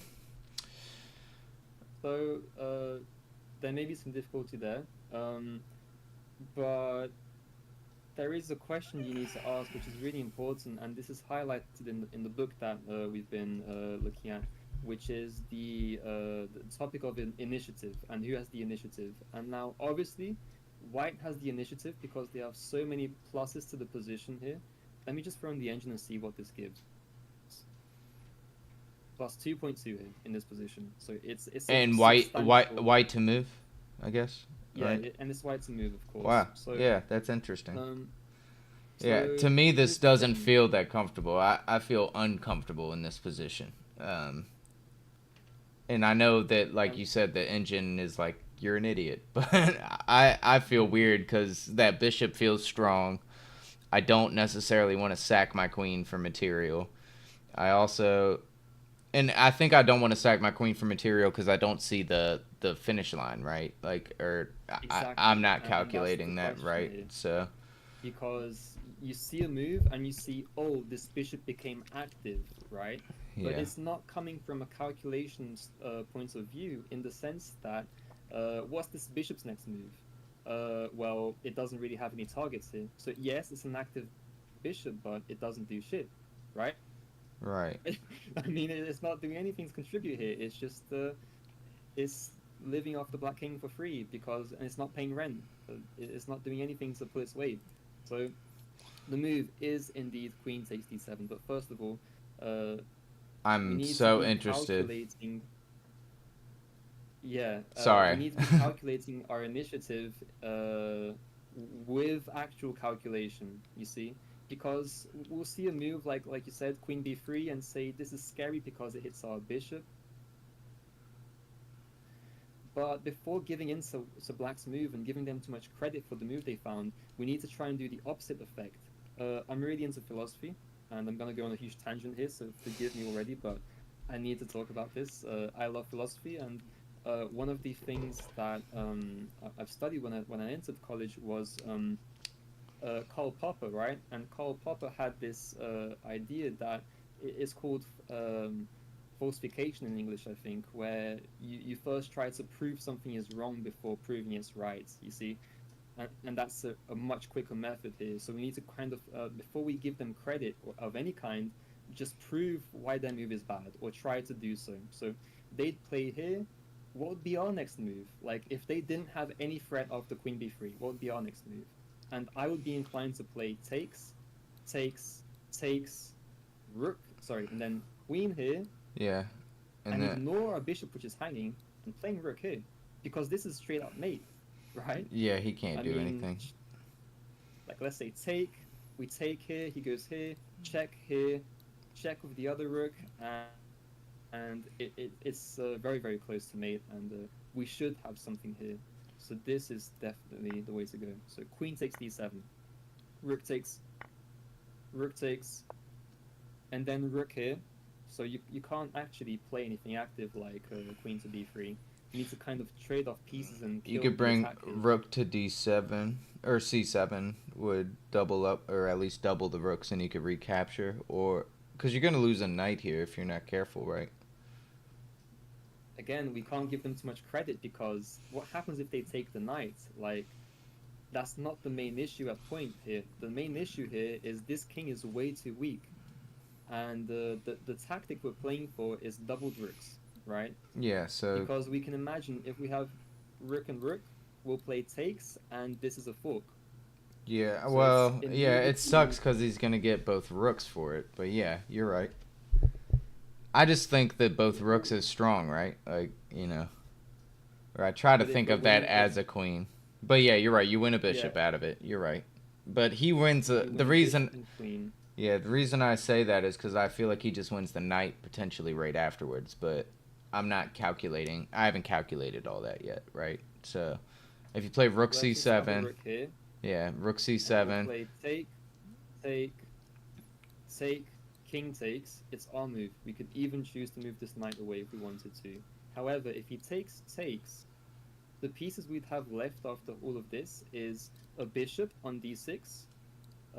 Where's my arrows? Give me a second, cause my chest. Okay, bishop and knight. We have two inner pieces for one, which is obviously winning. It's hard to calculate at this depth, I know, but we need to think about ways. I'm showing you a mentality here. Like, the calculation here isn't important. If there's anything you're gonna take away, it is the methodology, the way of thinking, which is the most important thing. So Okay. we want to play for this tactic. We have this great positional advantage. Let's keep rook e7. Okay. Can I ask you when the rook was on d7 what the eval was there? Was it still the Here, two? Yeah, was it still up 2+ or whatever? it, it's actually plus 3.3 now. Okay, so It 3 went point up by chat. point Yeah, three. it's 3.3 now, chat. So it's actually a lot better. So rook e sacking that knight to get the rook up to c7 is what's about to happen. That's the goal. That's the idea here, right? Well, you're not sacking the knight. We don't even Excuse need to. me. Yeah, you're not Yeah. sacking the knight. Excuse me. But yeah, getting the rook to So they don't c7 and even. protecting our rook is the idea. Yeah. And so he plays just a random desperation move because really, black doesn't have anything here at this move. But again, with so much activity here, we're bound to have some tactics and maybe some very basic tactics like, let's say, knight takes c5 because the bishop is pinned.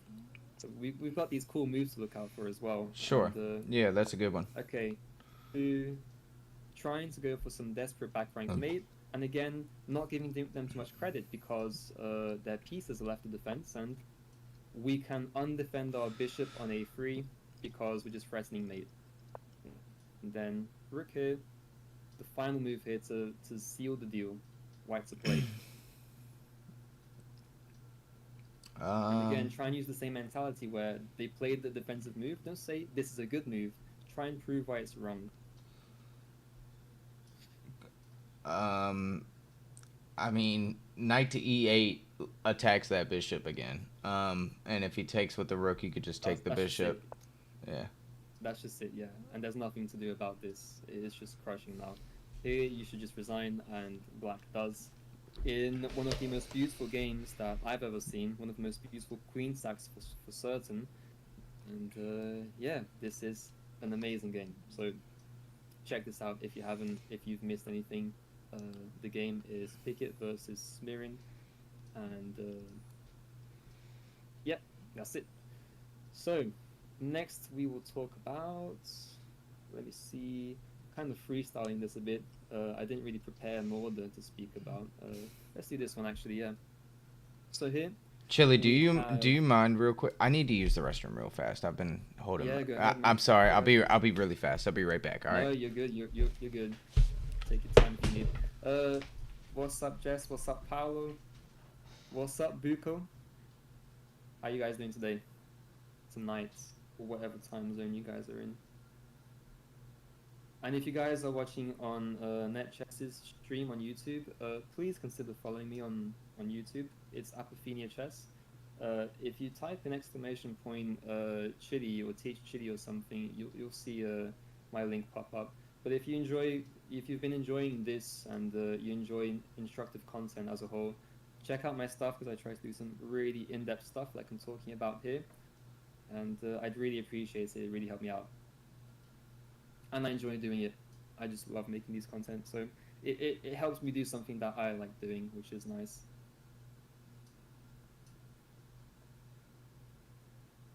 And if anyone's interested in coaching, exclamation points Chili as well. Should probably give a link to my chess comp with all coaching information.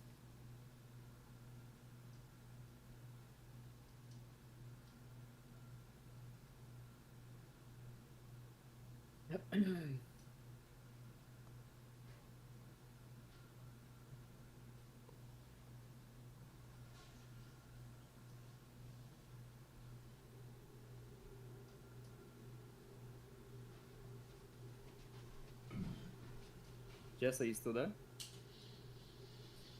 If you are, please do me a huge favor. Do you run down and get me a glass of water? A bottle of water. That's what I need, if you could.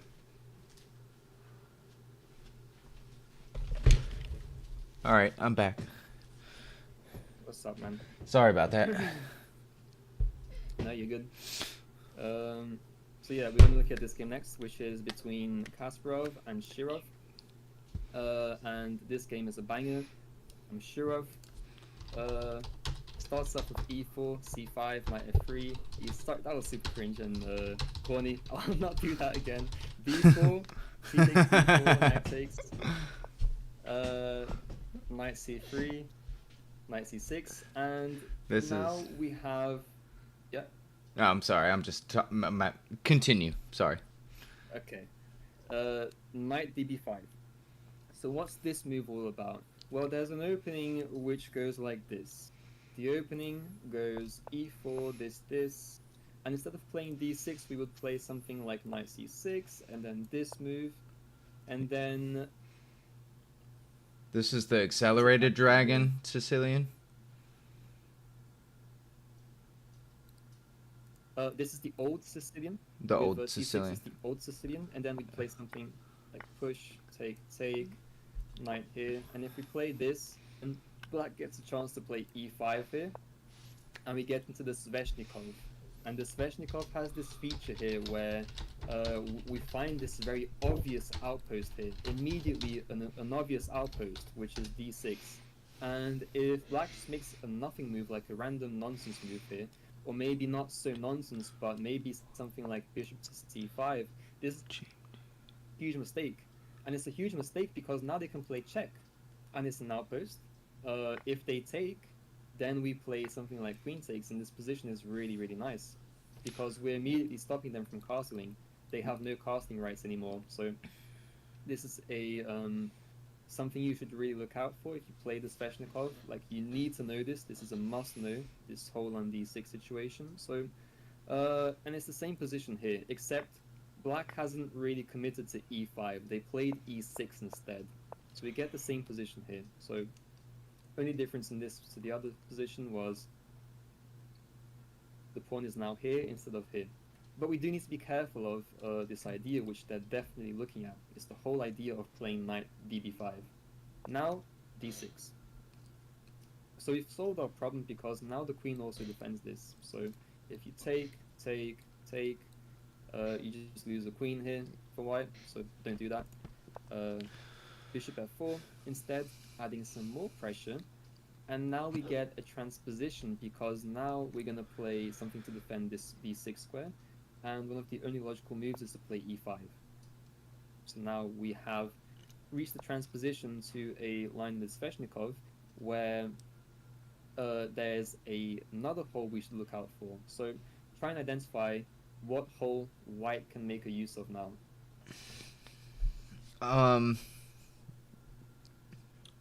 So D5 is an open square for sure, right? Like, they don't defend anymore because of their knight. So that's the square.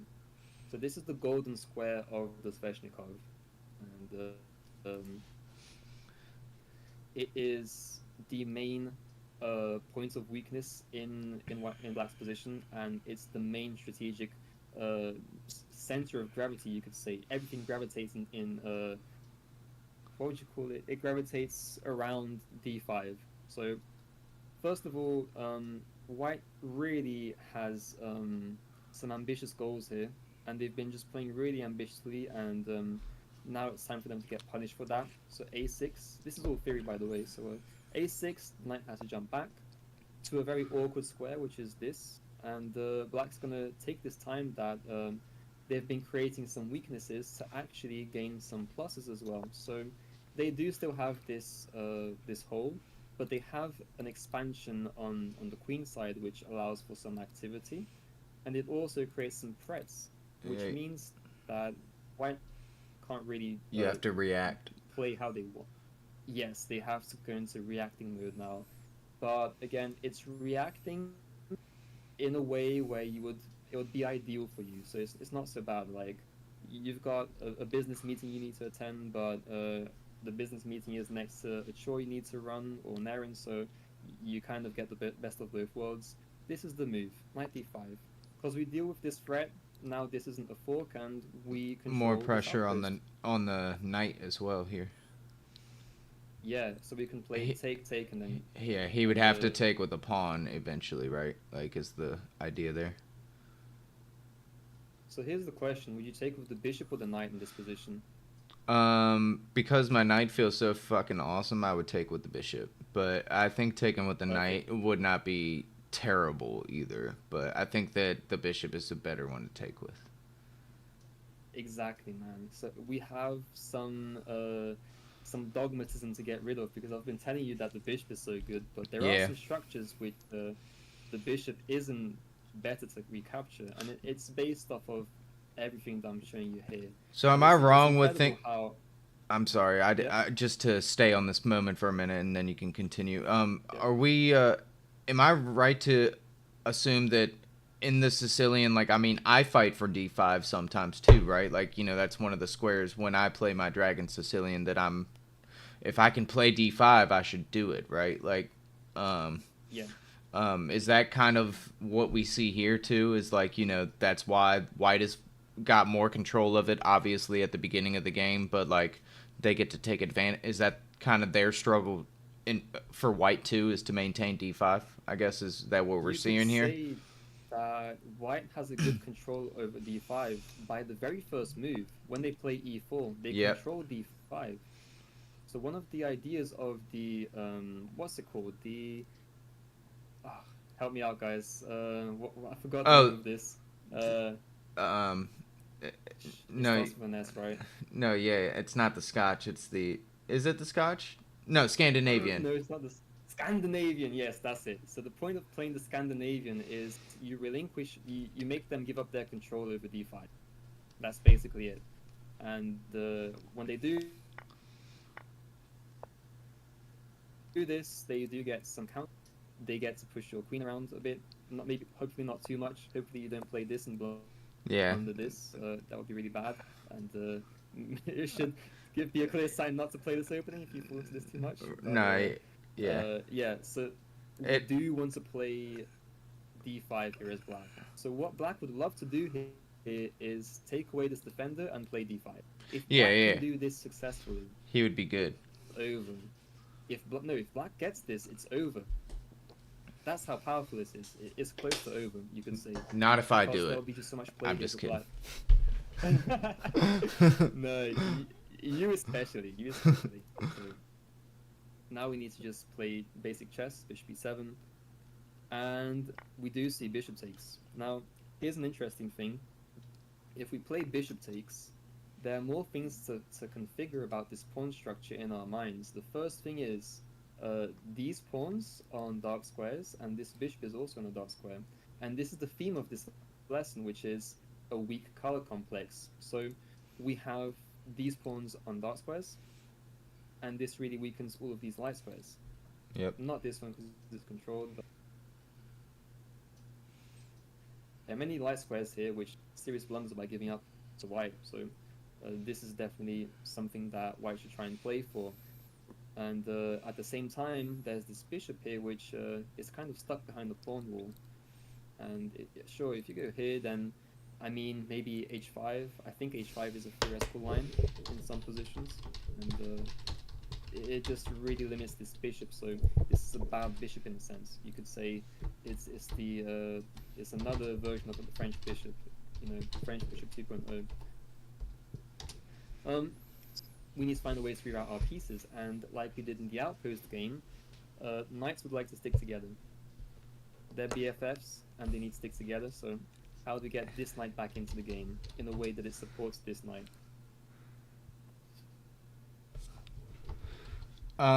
So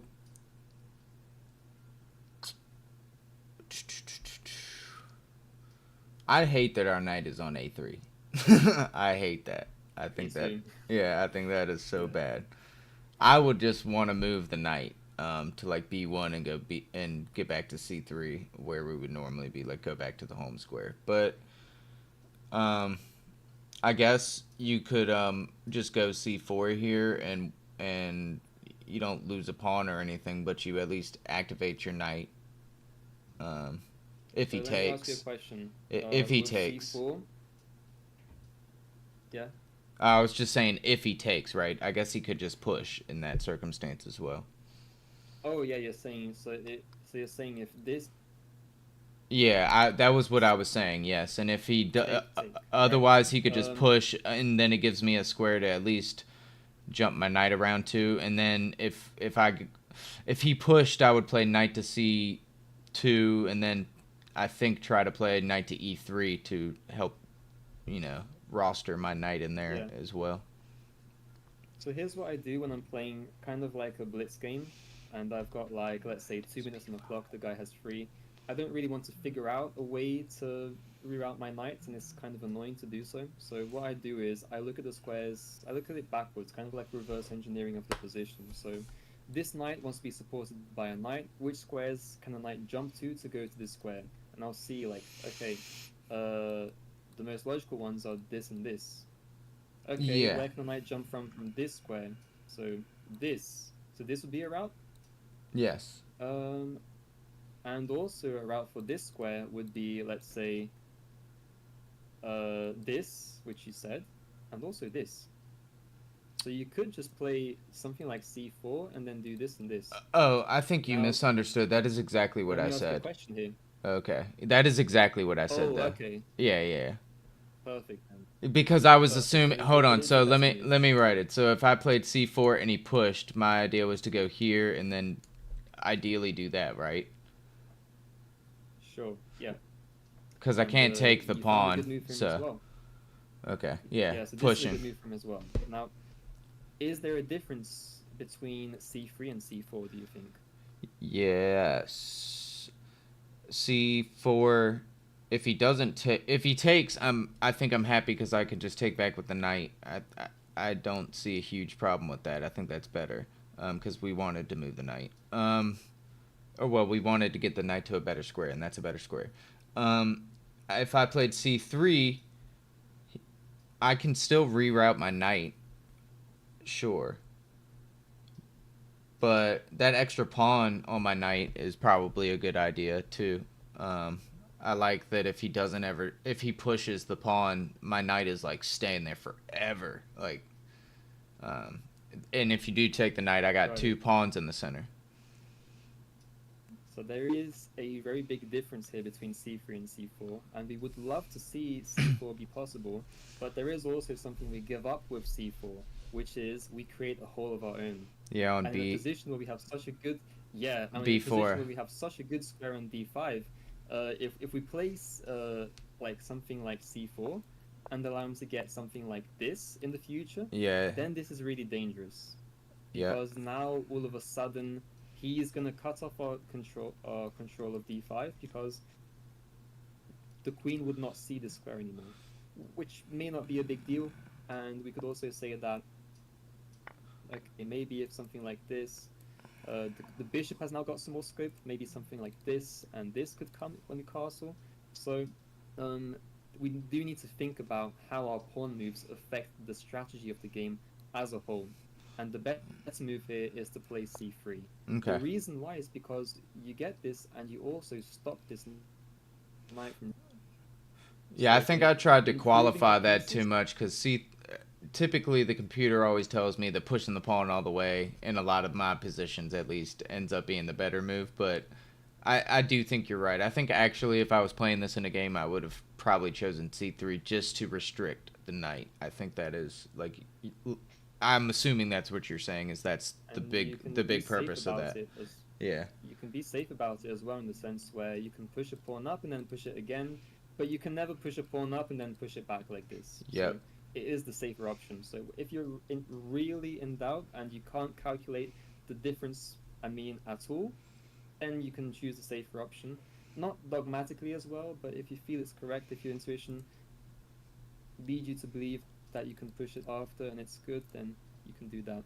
So following the game now, bishop e7, knight c2, and we have also this possible square, which isn't really great now because of a5 and takes and stuff like this, but this is a perfect square now. And now we need to figure out a strategy here for black. So figure out, so let's pretend you're playing this from the black side, okay? You see they have an amazing hole on d5, and you haven't castled yet, and okay, sure, you've got some active pieces on the queen side, but what plan are we playing for? What's the strategy that we're going to implement here? What do you say? I know that our eventual goal is to get that knight over to e3. Um, but I would assume that we probably want to get. I mean, our kings are both in the center of the board. Castling would be something that I would think about here. Um, I'm sorry. Long term, I I'm in mean. such a. Say it again. Sorry, long-term plan, something long-term that we can work towards, Okay. Putting like pressure a on the week or something d6 like this. pawn. No, as Um. we're playing as black here. Pretend we're playing Oh. as black. Oh. I'm sorry. My apologies. You're So good, man. You're good. right now, long-term weakness. I mean, you could try and target e4, but we can defend it with f3. So I wouldn't consider that like a weakness necessarily. Like, we still can connect our pawns. Um, I think that you could definitely start to wither that down though if you wanted to, but your dark squared bishop's in the way, so it would take a few moves. Um, I don't really see any Clearly, long. Maybe I'm just silly, but I don't see any like big weaknesses for us right now. so if you don't see any good plans here to play for, another thing you could do is try and find the piece we need to improve. Let's say so, and that's not hard for black because the pieces we need to improve are all of them. On the We back have a rank, castle. yeah. I mean, this queen doesn't have any scope here, and this bishop sucks, and Yeah, you can't move the knight this anywhere. knight sucks as well. Yeah, I would think about And we moving don't. the knight, I guess, to open up the bishop is what I would do if I was black. Something like Perfect, that. and that's the move. Okay. Knight b8. Oh, back So we're home. playing this That's thing. even more interesting. So yeah, to Yeah, put I the knight mean, on a better square is it makes sense. Okay. Yeah, because I I mean, was if you looking at have to, knight e7 and I was like, that just sucks because, like, you don't. I mean, you're threatening the knight there, right? Two different ways is why I would look at it, and also yeah, getting the and knight out of the way. But I should say that I'm showing you these retreating moves, but because this is one of the most more positional openings of chess, and the lines we play in the Sicilian typically aren't this positional or positionally orientated. They can be sometimes, but it's not in the nature for it to be like this every single game, you know. So this is a specific case. You're probably not gonna have to go back with your knight a whole lot, like, or ever probably. I can count on my fingers how many times I've gone back like this. But then again, I'm I've got a terrible memory, so that's probably why. Um, Knight b8, a4, striking back, trying to counter that space that that black has. And notice also that this is where we have a majority. So a majority of pawns is also an advantage, which we can play for. Takes, we get an open a5, and I'll skip through this a bit. Actually, let me show you something interesting. So you said that we were at a lack of game plan here because it's not really clear what to do. And that's correct, because we've got just such bad pieces. But actually, there's a really interesting way to play here, which is to play pawn takes. And put the And rook when we on the play g pawn file. takes, now we have two clear goals here. First goal is to play rook to g8, and Yep. we're going to keep our king safe here in the center. The second thing is we can play for a pawn break, which is f5. And f5 does do this that we were looking at in the previous game, where we're taking away some of the control of d5. Because if this pawn has to take or is captured, this will be a lot more loose. So this is the plan here. We can play like this with double pawns, and this is something that is actually an improvement in my mind. This is a lot better to play and more comfortable to play than bishop takes, even though it may not look like it on paper. So to the beginner's eye, this will look really good, but actually it's really bad. Or it's not bad because you can play like this, but this is a lot easier to play in terms of a clear, I can never say this word, clear-cut plan. Yeah, There if you go. they, I mean, worst case scenario, right? They take you take with your bishop and you're happy, right? Like, I mean, like Yeah. if you feel worried, And like you could still castle if you want to. Like the light squared bishop is now a super pawn, right? At that point, exactly. so So let's get back to the topic that I went on a huge tangent on, which is the power of the bishop or the color complex. So whoa, we reached this point here, and we seem to have gotten everything here. We get our knight to the better square we wanted, and our bishop has some scope, which is eyeing down d5. We haven't castled yet, but white also hasn't castled. Um, but there's a big problem here for black, a really big problem here, and it's the theme of the game, which is these weak light squares. You see, because yeah, if there's no light square bishop for, and you can intuit what I'm going to say here, if there's no light square bishop for black, then this knight is just permanent. This bishop is a monster that can eye down everything here. So the next move played is bishop. rook takes b7, Oh my God, positional sacrifice, and knight, funnily enough, has to go back and undevelop again. And now look at this, b4. Now the knight can't develop to c5, which would be the improved square. So now we don't have a clear plan, and just to highlight this, from this square, the knight hit this pawn, but now there's no way to hit this pawn. It's very safe, because you can't play this, you can't jump in with a knight in any which way, shape, or form. How are you going to hit this pawn, which is very beautifully placed in the light square, and can even be reinforced by, let's say, f3? yeah. Good. I mean, this is like on the brink of genius in my mind. I just think chess like this is beautiful, and we'll see how this position is played from here. So knight a3, castles finally, That's so knight crazy. He c4. put the fucking knight back on a3. We just got it away from there. Yeah, and we do it because there's a point to it, which is we want to hit this backward pawn. Yeah. Because with this being an outpost, we also have a knight's blockade on this pawn.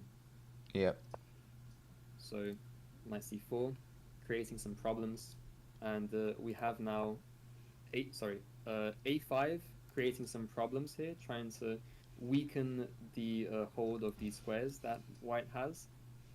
But we don't care because our pawn takes back and we're happy. So bishop d3, let's finally get castle and start attacking. So we've done our chores and we can start playing the game and going for checkmate.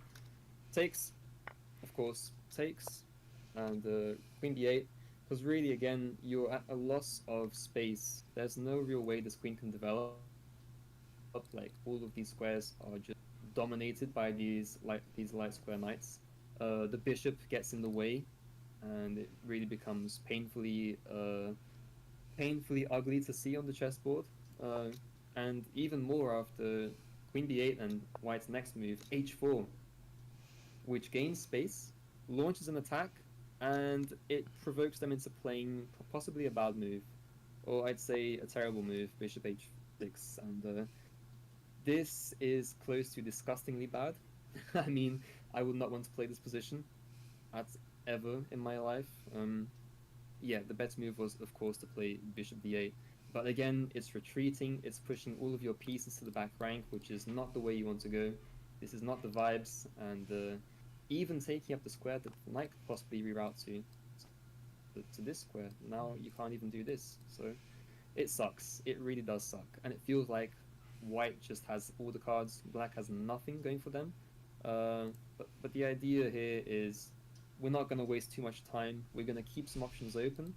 And yeah, this bishop just sucks, but it would suck on d8 as well, so hell no. Knight in here, and you can see how tricky knights can be because they're hitting this with tempo. The next move is knight d7, and it's a fork. And this is just terrible. Rook a2. We actually can't do this. We actually can't play knight d7. Be a mistake, and this is really clever by Shir. The idea here is that if this happens, what you play is bishop d2 check, and now you of course don't want to sack the queen. If you move the king over, then queen a7, and now black is sacking a rook for a huge attack, and it's really not clear who's better anymore because now, yes, white has very nice control of the light squares, but black also has very nice dark square control now because this bishop will be a huge asset in targeting this f1, this f2 pawn, which it would be checkmate, right? So seems like the table have turned. The tables have turned indeed. So we just cast instead. Rook d2, trying to activate the pieces. I'm gonna skip through this a bit because there's not really super incredible. There is this incredible move here which wasn't played in the game, which is queen b1, and the idea is the rook is simply trapped. There's no squares the rook can go to because everything is controlled by everything and everyone at the same time. I mean, and the idea is just to go knight c4 and win the rook, so that would be very, very nice. So queen f3 was played instead, which you could say is more aggressive because we're looking at stuff like this now and maybe some possible discoveries like check and hitting this pawn, maybe something along these lines. So queen a7, again, skipping really quickly past this, like we're up in exchange. We've got a pass pawn. This is a beautiful move as well. And let's touch on this again, which is, sorry if I'm repeating myself, but it's the question that you need to ask yourself, which is, okay, they play the move, is this a good move? And the way we go about finding if it's a good move or bad move is we first ask, how can we refute this move? And then if we really can't refute it, it's a good move and we'll play from there. But first of all, we need to kind of criticize their move as like our first initial thought and just try and break it. So queen f5 is a great move because the way we go about refuting their plans is typically by just playing what we want to play, just pushing forwards with our agenda, like really asking ourselves, do we need to worry about this? Is this a threat? What's our next move going to be? And if it's not a threat, then obviously they have to respond to our threat. And if it is a threat, then we'll defend something and then follow through later when it's possible. So queen f5, just following through because if you take the bishop, then this will happen. And then it's just checkmate clearly from here. If you move the knight, then check here and mate, which is really nice. So you can't do this. And so king e8 defending, bishop c4. Okay, we had to deal with that. We step out the way. Takes. Again, sacking the piece. Just again, brutally just calculating and pushing forwards with your own agenda. Like, really not caring what they're doing at all. And there's a really nice idea here that if you take this, then there's check, king here, and then this fork here, which is nice. And you're also hanging this knight at the same time. Just very, very creative stuff here. And it's played in the game. Here, take, queen c5, white to play. White to play and win the game. Okay. Well, rook c1 doesn't work because they got a bishop that sees the world. If First you answer this, is the move good? Is queen c5 good? well, it's it's something. It attacks my knight, so something I got to figure out. Do I want to give up the knight or do I want to move the knight? Right? Yeah. So let's try and give up the knight first before Yeah. trying to defend So it. if I give up the knight, what am I gonna do in the meantime? I Sorry, can. just a very there's a very important distinction before you continue, which is it's not that you're thinking, okay, I'm gonna knight, and then I'm gonna play that in order to do this. It's the other way around. It's I Uh, want to play this. Can I give up the knight to? Can I afford playing this and giving up the knight? yeah. It's a little So bit. It's a little shift. Rook A1 is a threat, and I think Yes. that that's a good threat. And if they take the knight, we've got stuff like Rook A7 check, right? Yep.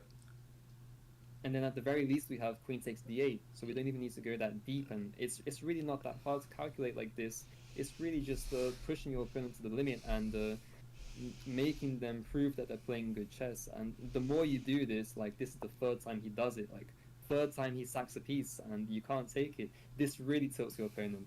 This will get them fuming. I promise you. Like they'll be typing to you and stuff in the game. And Oh yeah. nice computer, bro. I would. That that's Yeah. fun. I wish I was as smart as Kasparov. I can't. I'm not that good. But yeah, if I could pull this off, trust me, I would do it. But I hope that I can. It's a I game, got to man. work on. No, I got to work on it. I got a lot of work to do, but I do enjoy seeing this because I know it's possible, right? Whereas when I play the game, I'm like, no way, dude, like no way. Like even if I see that, I'm like, I don't know, dude. Like that's really scary. Like I mean, try it, man. Take a leap of faith, and if you lose, then that's the way I like to look at it. And yeah, I mean, we're training to get you to the point where we do this, asking the right questions, and the way you ask the questions. That's the most important thing. How you think about the position. So we need to be thinking in a way which is brutally aggressive, like really not caring about what they want to do on the chessboard, just brutally pushing forward with our plans. So you can't take, of course, but you can hit this rook, and this does still defend this square. yep. There is, yeah, no, I thought there was another brilliant move here, but it's just rook a3, and yeah, bishop c1, just trying to be annoying, and again, it's so hilarious how this is done. Knight e3, and you can't even take the rook because there's You a about to fork get that runs the forked? queen. Yeah, yeah. That's awesome. And if you trade bishop, then again, that's also not great. So, and this is how the game ends because, yeah, black resigns. I So would this too. was, I would yeah, resign I too. mean, I would have resigned. after Probably. four I would times, have been so tilted from this game, especially if that happened to me. Like, I mean, it's like 4 times, right? That was like 4 times that he's like, take yeah, it, take my piece. Like, go ahead. there should Like, be a rule on chess.com. We should make a petition that says if a person gets 4 brilliant moves in one game, it's kind of just GG. You're forced to resign. yeah. I Just mean, lose the game. like, I mean, yeah. They already make it where you can't take the king. I've always thought that would have been a cool rule to implement. Is you can take the king. Like, if somebody hangs their king, right? Like, if they Yeah. move a pawn in front of the fuck it, take their king, right? That's game. I think that should have always been a move, but I assume that it is not a move because of the beauty of chess. I assume I is mean, you why can they do did it in it. touch move test. If Oh you're playing touch move, you can definitely take a king. no, Like, you're let's say right. You're playing over the right. board. Yeah, you're right. I get that. That makes sense. But you know what I mean. I think the idea Yeah, was that uh, it's more beautiful to realize you can't move. Like, you know what I yeah, mean? Like, it's almost more it's more beautiful, I think. Like, it's I agree. gorgeous to realize that you're like, "Oh, I can't fucking do anything." And that was my game yesterday. I mean, I won a rook and then I played a terrible move right afterwards and it lost me the whole game and he didn't actually checkmate me because I resigned because I realized that he even hung a rook, which was a brilliant move, in front of me. And I couldn't take the rook because I would get checkmated. And if I moved my king anywhere, I get checkmated. And I was like, that is so pretty. Um, I was so mad, but I was like, it's so pretty. I can't be mad at the guy. you Like, I can't be mean, mad. Yeah, I was very it's furious and beautiful. I said rotten things to him, but I was also like, dude, you got to give him props. Like, he found, like, that's a super cool move. And I haven't gotten got like that in a long time, so it felt bad, but I was like, dude, it's a good move, and he just was like, nah, I got something, and went for it. So Yeah, man. It feels good, but it feels bad at the same time. I mean, I've definitely been there. I was proud of him. If I had ever Yeah, talked to him before, I would have been very supportive. But because he's an anonymous and hopefully he doesn't watch my channel, I was like, yo, I had some things yeah. to say. But That happened to me, I bro. gave him his Because in the flowers because final I was like, game, dude, he's so good. It's beautiful. So, anyways, what were you yeah, saying? I was saying that happened to me in the final round of my tournament that I played in São Paulo a couple of months ago. It was like the national championship for amateurs, like under 2000 section, and that was the win I needed to actually win my title. It was my title winning game, right? And I lost that, and just because from a simple blunder. But the way he played on after that was just beautiful, and I wasn't even mad. I was just smiling at the chessboard and like almost like laughing hysterically because it was so beautiful the way he was just avoiding my plans. And Yeah, so it feels by the way, embarrassing, but it's like, dude, you can't. If the dude is playing legit chess, which it's hard to figure, like over the board's a little different that way, right? Like he was playing legit, right? Like I do yeah, feel the guy was playing legit. I'm not gonna lie, I felt like he played a shit game all game, and I said that in my video. I was like, this dude played like shit the whole game, and then he just pulls this out of his ass, like you know what I mean? And I'm like, it's so perfect. Like it was a beautiful, brilliant move, and I was like, dude, I can't even hate him for it. Like he played like, and I didn't play much better the game. I thought I played really well because I felt like every time he did something, I had like a retort or I had something to was like, why'd you do that? Like, and so he had to move his yeah, piece back or do whatever. But by the time I ended up winning a piece, I got that comfortability that like soothed over me. It was like, all right, what do I'm up. Like, I could just kind of do whatever. And it's like, no, I couldn't. And I moved a pawn around my king and it ended up being beautiful for him. And I was like, dude, I can't do anything. But over the board, that would be so much different for me to witness. Like if I saw somebody do that to me over the board, I would be so much more impressed than I am even now, which I'm impressed with the guy, right? I would be so impressed yeah, if it happened over the board. yeah, man, exactly. And Sorry, took me a while to get there, but I no, got there. no, we've just been chilling, we've been talking. I mean, the lesson's over. Yeah, Nah, that's it for today, man. I appreciate the It's lesson, man. I think everyone in chat did as well. They were all pretty attentive listeners. So By the way, just a little treat at the end. We can't play Rook A7, but we can play a brilliant move, which is Rook here, by the way. If you take, it's also a fork, so this just leads to checkmate really quickly. oh It's really wow, useful as well. That's just a closing caveat there. I oh have yeah. no clue what a caveat is, but people say it, so yeah, it's a caveat. There you go. That's it for today, man. And Yeah, thank you, Chili. I appreciate you. Yeah, man. Everyone in chat is thankful, and I think the only thing that they said to me was I need to raise the volume of you a little bit, but okay, well, we'll get that sorted for next lesson then, if you're streaming. And appreciate you guys watching. Thanks for sticking around. I like teaching you guys, so yeah. it was a great lesson today, man. Thank you very much. No problem, man. I'll see you next week. Yes, sir. Gone. See you, man. Take it easy. Yes, sir. All right. Did you guys like that? Was that a good lesson today? I thought so. I thought it was a pretty good lesson. Yeah, I will definitely raise his volume next time. I didn't realize that he was soft-spoken on my computer. It looks like he's kind of loud. I know he's not as loud as I am, but I will definitely raise his volume next time. Yeah, that was a fun lesson, guys. I hope you enjoyed. Ash, I made you a mod, so just quick rundown. All that entails is occasionally, if we have just booty hole people in chat, you don't ban them. I mean, you can if somebody's like a robot or they're really persistent, but you time them out for a little bit. That's all I need you to do, and it's only when you're here. You don't got to show up to every stream. Show up whenever you would normally, right? But yeah, it's just to help with some chat moderation because I can't do it all, and I've made a few people mods, and I thought about it, and I thought you should be one too. Now, if any of you mods abuse your power too much, I will take it away from you. So that's just one thing, but I don't think you will. We don't have too many problems in chat. Our chat's pretty chill all the time, so just if you see somebody being overly vulgar or negative, you have the power to time them out, and that's what I want you to do. So thank you very much. Yeah, you have the power now. You have the power. Welcome in, welcome in. And I appreciate you showing up. That's kind of my courtesy to you, is I appreciate you showing up to my streams and stuff. You're definitely a regular, and I appreciate you. Jimmy's a mod, and Jimmy's showed up to quite a few streams as well. Jimmy is on the more vulgar side of people, but I think Jimmy's a southern boy like me, and we just kind of talk a certain way. So he has a good sense of humor, and I think he's overall a pretty good dude, so Jimmy's a mod as well. But we have Nikki, you, Jimmy, and I think we have 2 more. So I meant that in the nicest way ever, Jimmy. Jimmy's a great dude. I just meant he's vulgar, as in I don't even know if you've ever said a cuss word on here. Jimmy doesn't care. He'll say the F word. He doesn't care.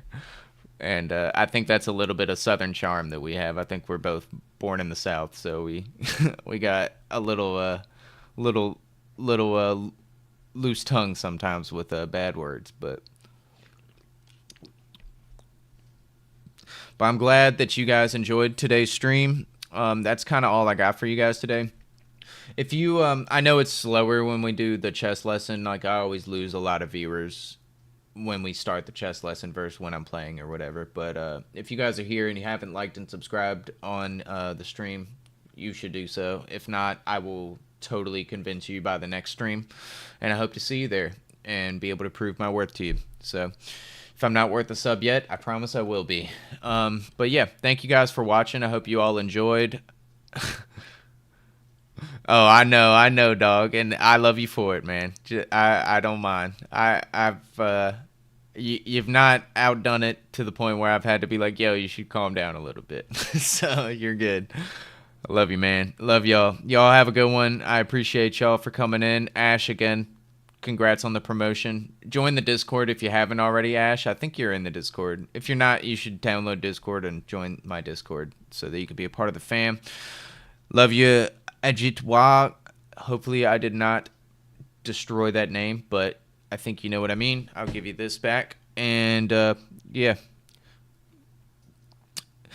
Yeah, Jimmy is he's a smart guy. He knows what he's doing. So he's got a big vocabulary.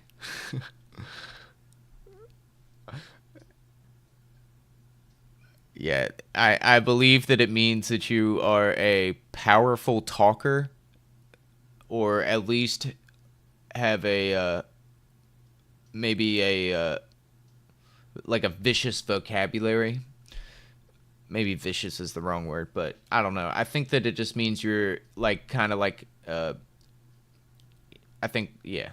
Anyways, that's all I got.